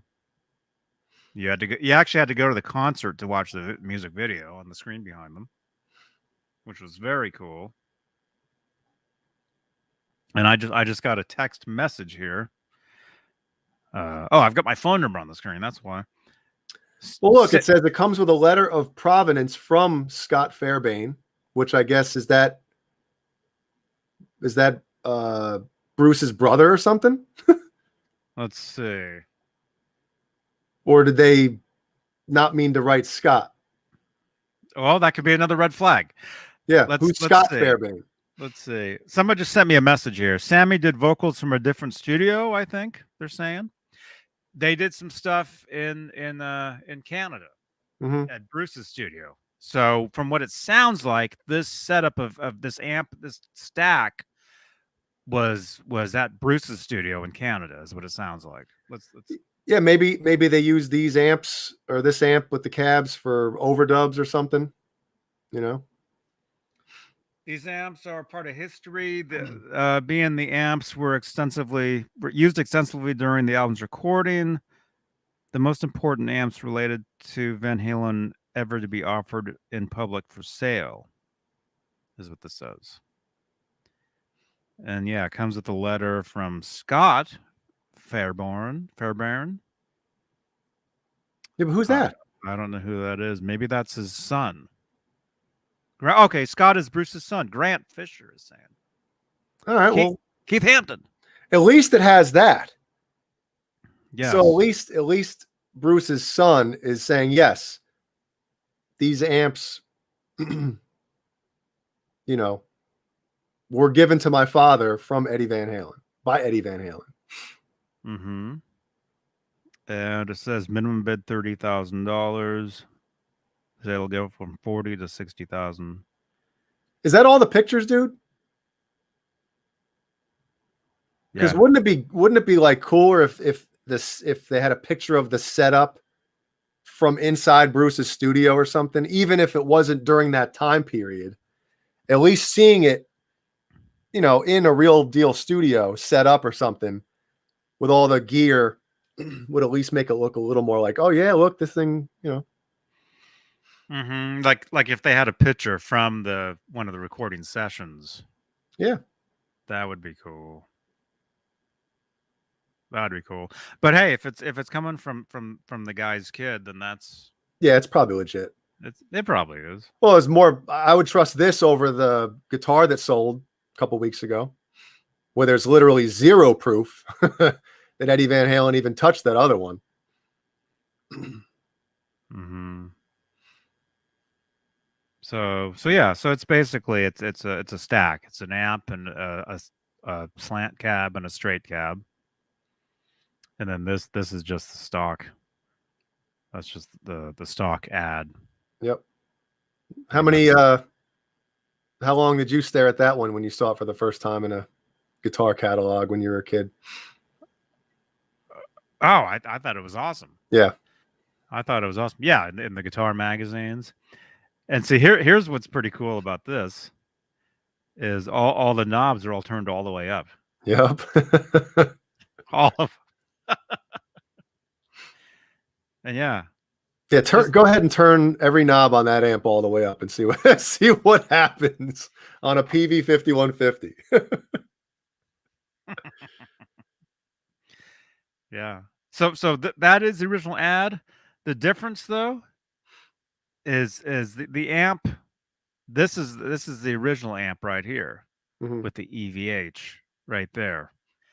This amp is the one that has the signature on it. Oh, So it's not even the same run. no, you're right. This is not a first era run amplifier. Either way, false flag is here. Hey now. Guys, best amp you have played, Soldano SLO 100 for him. Wasn't that what Eddie was using as well? Well, no, not on balance. I'm sorry. On carnal knowledge, he was On Carnal Knowledge, he was using the Soldano, yep. and then they eventually came up with this Yep. amplifier. False flag, thank you for all your support, man. Thank you, man. Best amp you've ever played. Myself. Oh, That's hard. yeah. That's a tough one. I remember when we were in the studio in 04 recording the Imbuing, our first album, the studio owner, Pete, he had an old Soldano. It might have been an SLO 100, but it had the snakeskin, finish on it or whatever. Yeah, yeah. And he brought his guitar in and he was shredding. And I was like, damn, that amp sounds good. So I remember, speaking of Soldanos, I remember, because I don't know if I'm sure I've played through one, but it was probably a long time ago. And I would love to get a Soldano, but Yeah. I played through one before I played through a 5150. Mhm. I remember the Guitar Center in Berkeley had a closed off room, and they had a full stack Soldano in there. And I remember of going over there on a Saturday or something, taking my EVH Music Man with me and plugging directly into that amp and just cranking it in this room. And saying, holy cow, right? Yeah. And being like, wow. Man. And that was a long time ago. That was like 1993. 90, I want to say 93 is when that was. Mm-hmm. Well, Bent Tom is saying he had a 1968 100 watt super lead plexi and he got rid of it. Oh my God. Wow. Wonder how much that thing would be worth right now. I would say the best amp that my guitar signal has ever gone through. Maybe, I guess the new Gizmachi album, the engineer Mark Lewis reamped it. So I don't have the amp, but he used it's the most sought after dual rectifier. It's the Rev G version or edition or whatever it was. I guess it's supposedly the best sounding dual rectifier that they've ever made. Mm-hmm. So if you listen to the new Gizmachi album, all the rhythm tracks were DI'd through that amp, which Mark Lewis owns. I don't own it. I wish I did, but I don't. So there's that. But I know Cameron Brown has an old plexi as well that he sent me clips of it. God, it sounds so good. But he said the same thing. Like, you have to turn everything up to 10 for it to sound good. You have to literally crank the whole thing, I hear that. What was that? No, I don't hear it. I don't know. You can hear Ned taking a bath. I don't know what that was. It sounded like I don't know. I heard something. I turned my volume down. Here, right here. Yeah. Right there. I hear that. You hear something? Yeah, I hear noise. My ears ring so bad, I don't hear any difference. Although I can't hear myself. That's not a problem. An issue I'm having is I can't hear anything because of the new setup I have. I have to figure something out. It's probably from this light over here. You're probably getting a buzz from this.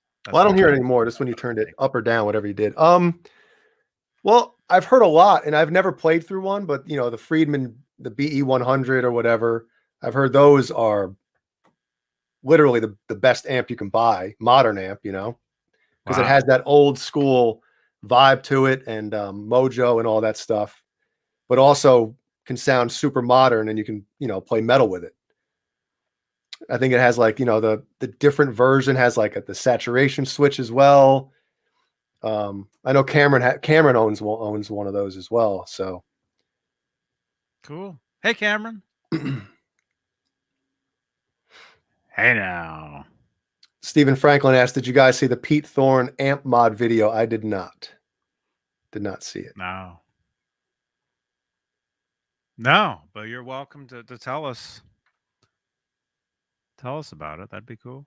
Well, Johnny, speaking of Pete Thorne, have you watched that video of him that he put up like a month or so ago or 2 months ago, going through like 20 something like Eddie Van Halen style pickups, going through different tones and like, you know, basically if you want to, you know, get as close as possible, you know, the pickup or whatever, you know what, because I'm thinking about swapping out the Wolfgang pickup in my Frankie to one of those. You know, I know there's the Pariah ones that they make, a couple of those. You know, obviously the Seymour Duncan Frankenstein pickup that's modeled after the one that went into the $25,000 Frankie. But there's a lot of stuff. Even the Sir pickups that he demoed sound really, really good. Awesome. No, I've not seen that. I've heard about it. It's cool. But after, you can only watch a couple of them at a time, because after, you know, you watch 10, 15, 20 minutes of something of a guy playing the same riffs with different pickups, after a while your ears kind of like, you know what I mean? They kind of get adapted and get used to whatever. So everything kind of sounds, you know, like, what am I listening to now? Yeah. Yeah, that's how it is with a lot of that stuff. Yep. So you gonna bid? Oh, let me get on my calculator here. Yeah. Very cool though. Very cool. If anybody wants, according to this, if you want to get an amp that Eddie used on the Balance album, here's your chance. Oh, Frank Spear bought the Pasadena White from Pariah based on that video. Caleb Rappaport, our buddy from Nerd Halen, said he has one of those in his I think his Bumblebee, his Bumble Nerd. He has the way he said it sounds great. So Frank, do you what guitar did you put it in, and does it sound how you want it to sound? When you got it and put it in, were you like, oh yeah? Because maybe I can you know, make a phone call and order one of those from Pariah. Hello. Call him right there from the shop. False flag. Thank you, man. And what do you guys think of Fractal Axe FX? I love mine, but just not as good as an amp. You can just take Valve out. Not as good as an amp.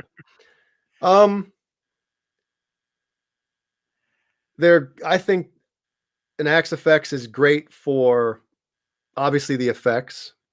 Yeah. But this is my opinion. You can record with anything.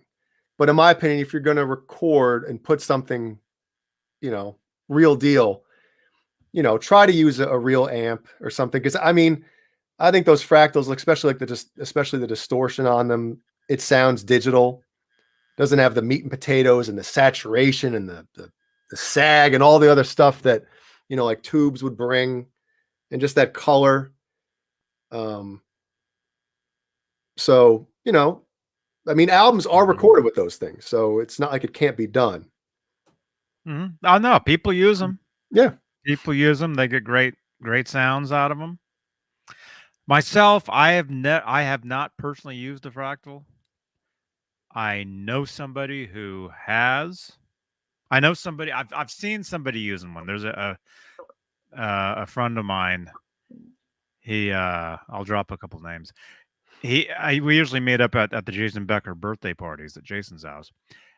He has brought his fractal with him to some of the parties and like jammed out on some of Jason's guitars through the fractal, and it sounded great. Yeah, sounded great. Myself personally, I have never used one.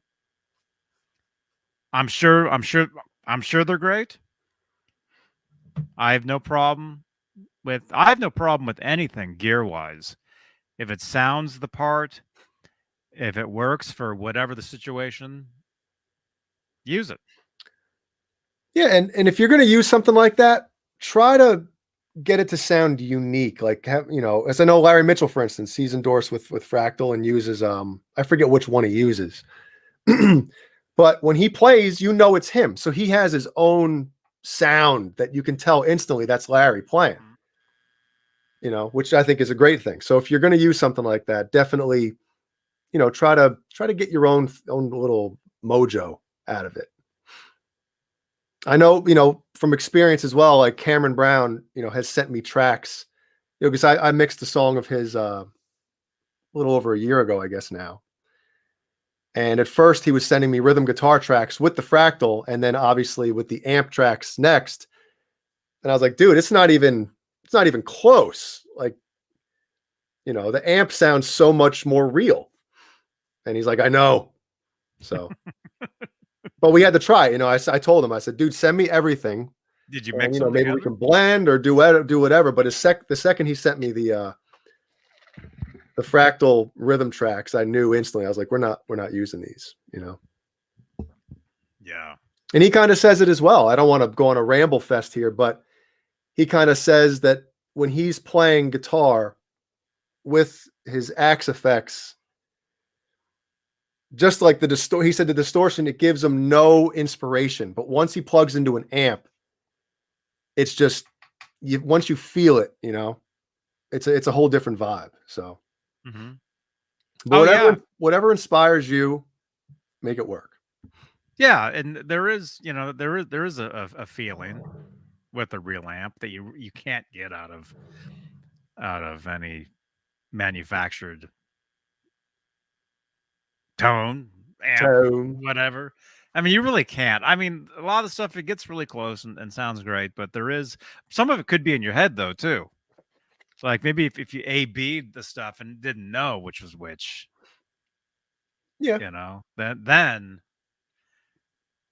But well, like I said, whatever works though, whatever works. And to piggyback off of you, Johnny, I think a lot of people kind of, you know, they might be sitting here with a, you know, recording setup and everything, and you have an amp, right, with a speaker cab right there, and you're A-B and you're going back from, okay, well, here's the amp, and then you got like some, you know, plug-in, like, you know, the neural DSP stuff, which is great, or the STL tone stuff, which is great, the tone hub or amp hub, whatever it is. And all you have on the plug-in stuff, or even in Axe Effects, you just have it coming out of your studio monitors. So when you're in a room and you feel that cab, that 4x12, number one, pushing the air. Number two, it's connected to your floor, so it's moving everything, and you feel it, as opposed to just a guitar tone coming out of your studio monitors. Coming out of the speakers, and there's no actual, you can't actually feel the vibration. You can't feel it. So I think that if you're going to do that as well, record both so you have both of them coming out of the same source. Then you can kind of gauge, okay, well, I was getting fooled by the, you know, the vibration in the room type of thing too. Yeah. I mean, you could do it the other way too. You could run, you know, the fractal through a PA and get it to vibrate. Yeah, put it on the floor. I mean, it's. But like I said, whatever works for you. And Frank Spear, thank you so much. Great show tonight. One of my favorites. Wow, excellent topics. Cool. Thank you, man. And yeah, Frank. Yeah, we got to do a show with you and your book soon, man. So let's do that soon. Very soon. And False Flag. I mixed Fractal with my how do you pronounce that amp? Angle. Mm-hmm. On our stuff. So on False Flag's recordings. So he mixed. So he's doing what you were just talking about, mixing the two. Dude, I did a record, and I probably shouldn't admit that. The band doesn't know I did this. But they liked the distortion, so they didn't say, how'd you get that? So I mixed what amp would it have been? I think it might have been I was playing through this. Yeah. It might have been an EVH3 or something. But I also blended, and I used this crappy bootleg distortion plugin, right? And I just sent the DI into it. And I mean, it's probably 10%, if that, but it just added some extra frequency, and I went through and cut out, and did all the surgical EQing of this plugin. Yeah. Because there's a lot of annoying frequencies in there, but it just added something to the rhythm tone, and when I turned it off, I was like, now it sounds like it's missing. And I put it back and I'm like, wow, it just, so blending, a digital sound with, a tube amp in certain instances can really have a cool effect. And there is one album that I did that has, and it's literally a touch of it, but you notice it. Like I said, if I muted those DI tracks with that crappy plugin, you instantly knew it, so there's no rules. If something sounds good, it is good, right? Yeah. That's right.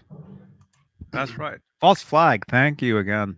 Thank you everybody for all your support for these shows, the channel.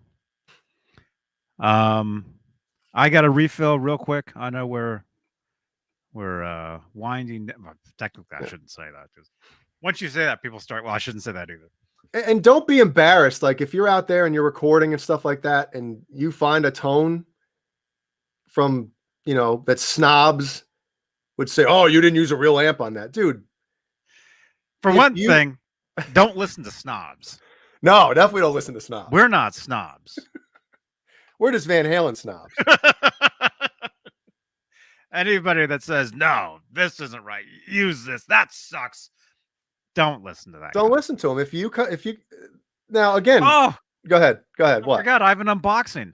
Oh, you do, you son of a. All right, well, I'll just give another example, right?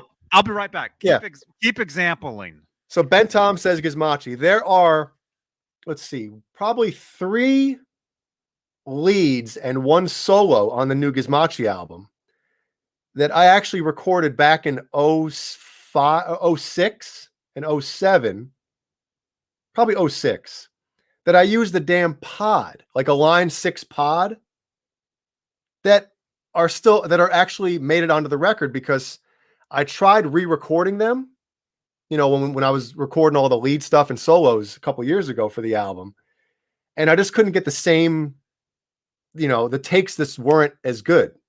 When I guess when I came up with those parts, those leads or whatever, the solos at the time, whatever I was doing, I just couldn't match the performance of the original recordings. So we left them. Now, no one's listening to that album saying, oh, he used the pod on that solo. No, we EQ'd and, put delay and all the stuff that goes on it. And they sound great, So like I said, if it didn't sound good, I would have re-recorded them, but literally, yeah, the little Beane one. I still have it in the closet back there. So, at the time, I wasn't planning on putting those on the record as I recorded them, but it just worked, you know. So we left him in there. And even Mark, the engineer, wasn't like, dude, what'd you use to record these? You know, he was like, everything sounds cool. So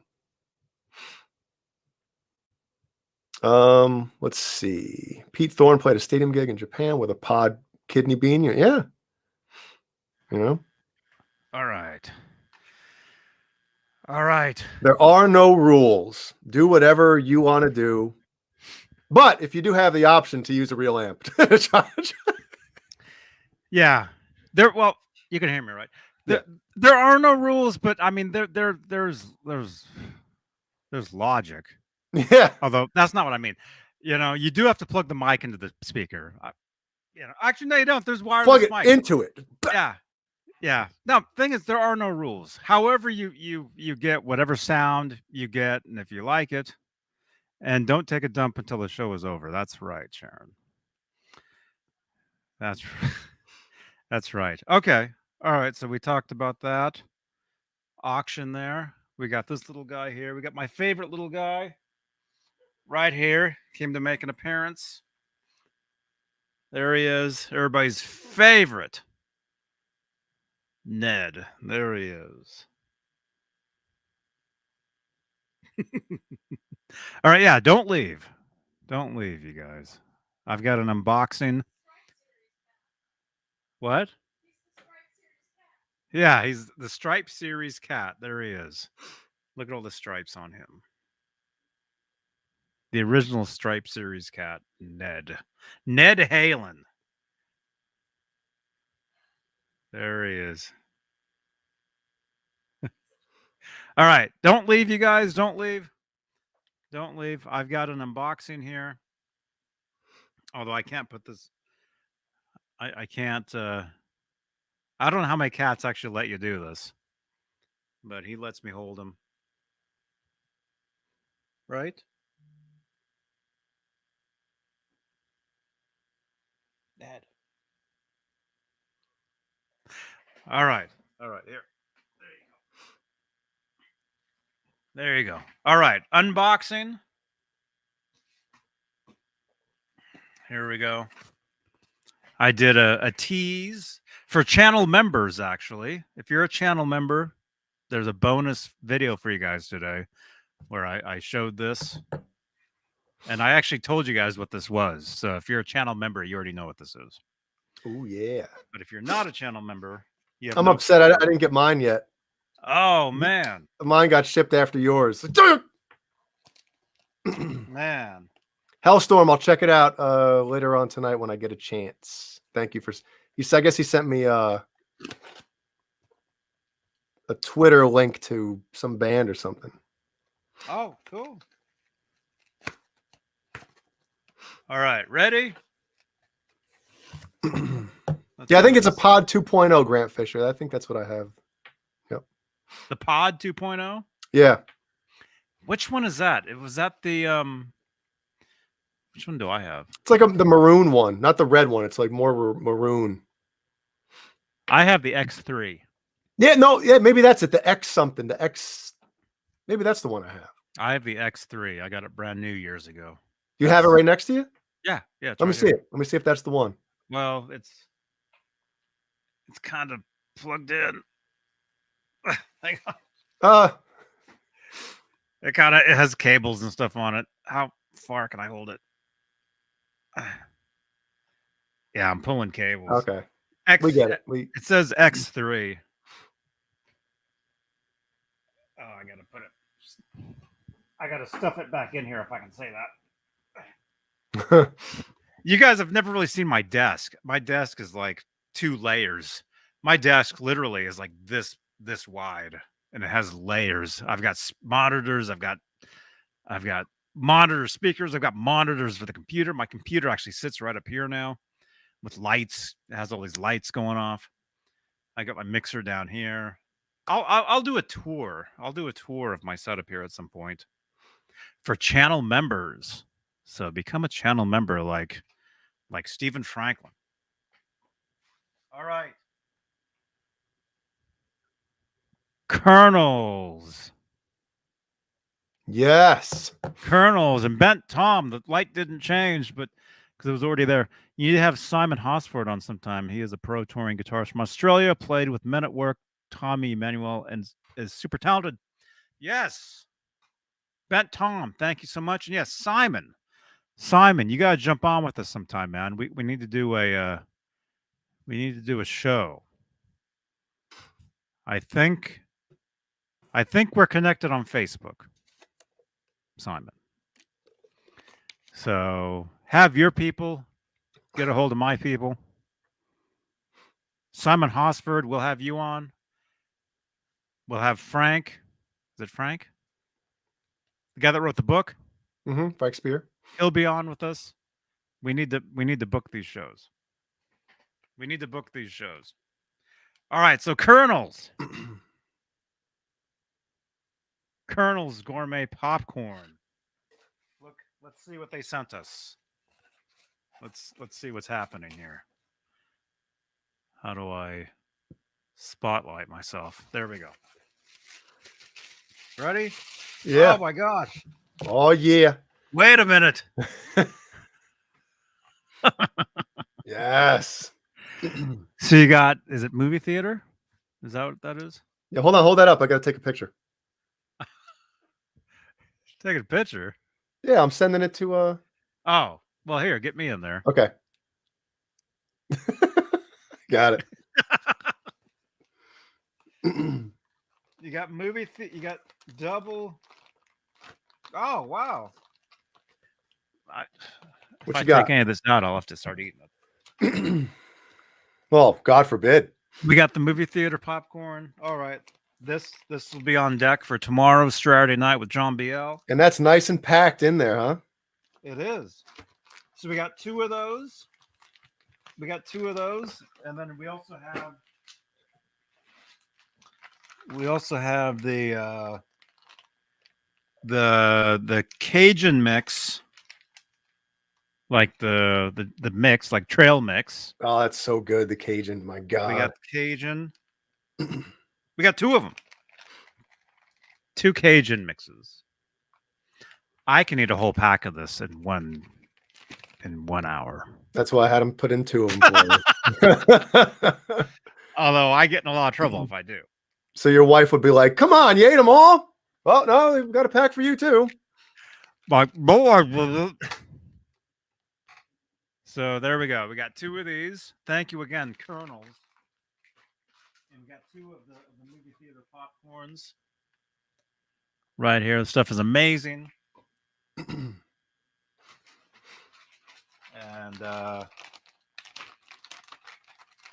why not? Yeah, dig in. Why not? Here we go. Pack it in, Vice. What? What does that mean? Oh, no. Like a vice? Oh, yeah. Like a vice. Look at you guys. Yeah, the Cajun mix is really good. Look at how many mouths are watering right now. Look at that. I'm waiting for it to dump out. There it is. There it is. Look at that. Screenshot. Thumbnail.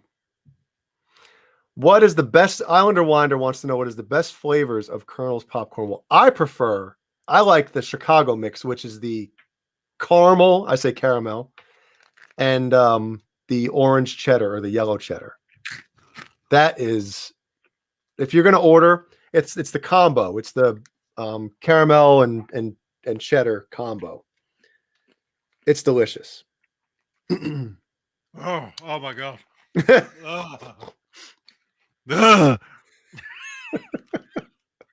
This is good stuff. So if you order Colonel's, mention my name or Johnny's name, and you'll get extra product, as Mancuda likes to say. And it literally is, and we're not just saying that.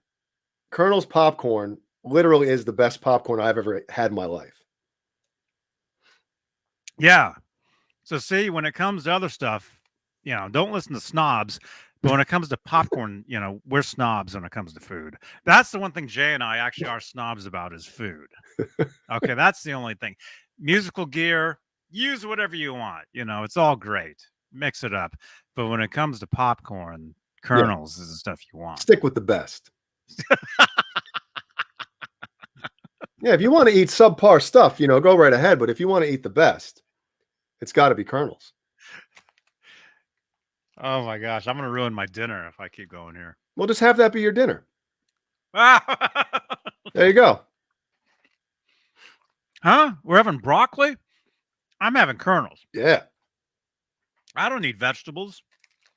This has pretzels in it. That's natural. Yeah. Peanuts. Peanuts are natural, right? Peanuts are good for you, yep. I mean, isn't this a natural food? Man, I want some soap. Man. Oh, wait, what does that look like? No. I can't show this on here. I can't. What the? Oh, there it is. I can't show this. Oh, it's that way. There we go. Okay. Yes, mention delicious. Jay or Johnny, and you'll have diabetes. There you go. Yeah, well, I can't. Can't have that. All right. Thank you so much, everybody. It's been 2 hours. We will be live tomorrow, Saturday Night Live, with everybody's favorite host, John BL. Speaking of kernels. Speaking of Pringles. There he is, dancing around with his kernels. That's the guy you want to hang out with tomorrow night for Saturday Night Live. Actually, the video is already there. So once after the credits tonight, don't jump ship yet. This video will automatically take you to tomorrow's session, tomorrow's video. Hit that thumbs up. Hit that thumbs up on tonight's video. Hit that thumbs up on tomorrow's video. Let's see if we can start tomorrow's show with 1,000 thumbs ups. I think I left a comment on tomorrow's video already in the chat. Oh, I think I was like, "Am I early?" I think I said. Awesome. Because I got confused. I pulled it up before, and I was like, "Wait a minute, that's tomorrow night." I meant to pull up tonight's video. Oh yeah, yeah. I'm. It's always good to have the stuff scheduled ahead of time. So that's what I'm doing. Always busy. Yeah. Robot Master Switch. You guys join Robot Master Switch and I later this evening in a few hours. Ooh. Twitch, GTA, Robot Master Switch and I, we play. We have a great time. Join us in the chat for that. Well, that popcorn came at a perfect time then. So now you can play GTA and snack. It did. There we go. Follow me for gaming on Twitch. Twitch.tv/Johnny Beane. Robot Master Switch and I will be over there. Yeah. The videos are getting views. We're getting like 100 views a video now over there. Oh, that's good. Mm-hmm. The gaming streaming that takes time and dedication to get a good following on there. Mm-hmm. I was doing it for a bit and had 3 people. One of them was me. Yeah. Yeah. Oh no, somebody featured me on their channel the other night. So we had a bunch of people rolling into the chat. That's cool. Because over there on Twitch, you can host other people's channels on your channel. Mm-hmm. So somebody did that, and we had people came in and were hanging out with us. So yeah, follow me on Twitch, Johnny Beane, and Robot Master Switch and I will be over there playing some games tonight. Probably in a few hours. If you subscribe to the channel, you'll get an alert. So yes, and join us if you play Twitch. If you're on Steam, you can join us. And we actually do a voice chat in the Discord. So let's say you're watching us. If you want to talk with us, jump into the Discord. Where's the thing? Wait, is that a pod? What's the Discord button? Yeah, that is. Okay. That is. You can jump into the Johnny Beane Discord, and there's a voice chat that actually says GTA Twitch Live or whatever that is. You'll actually see us in there talking. You can jump in, you can talk with us during the game, and that will be streaming over Twitch. So that audio will be recorded into the game. So there you go. Another cool feature. Yeah. All right. Thank you so much, channel members. Thank you for all your support for all these shows here on YouTube, Johnny Beane TV. And we will see you guys tomorrow night, Saturday Night Live, with your host, John BL. 11 Eastern. 11. Yeah. Oh, yeah. We do them an hour earlier now. So we can get to bed and get up early for Sunday. So we can roll out of bed just in time for a Sunday night show.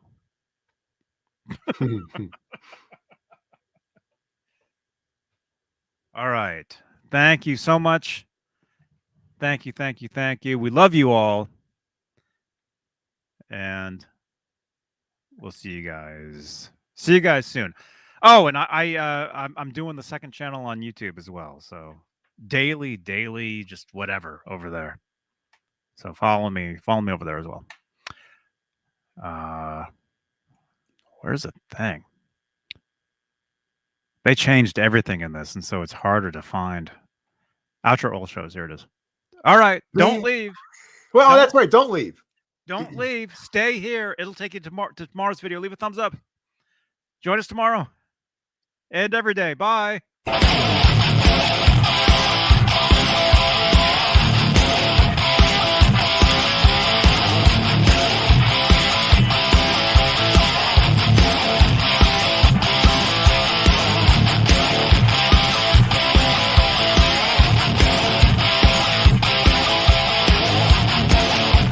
Popcorn is so good.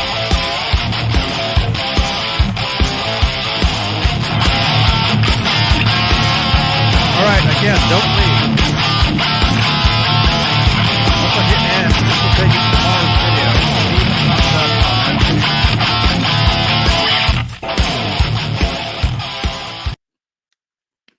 I can't stop eating this stuff. This is amazing. Thank you, Colonels. Thank you. All right. Ready? Here we go. We're going over to tomorrow's video. Here we go. Leave a thumbs up.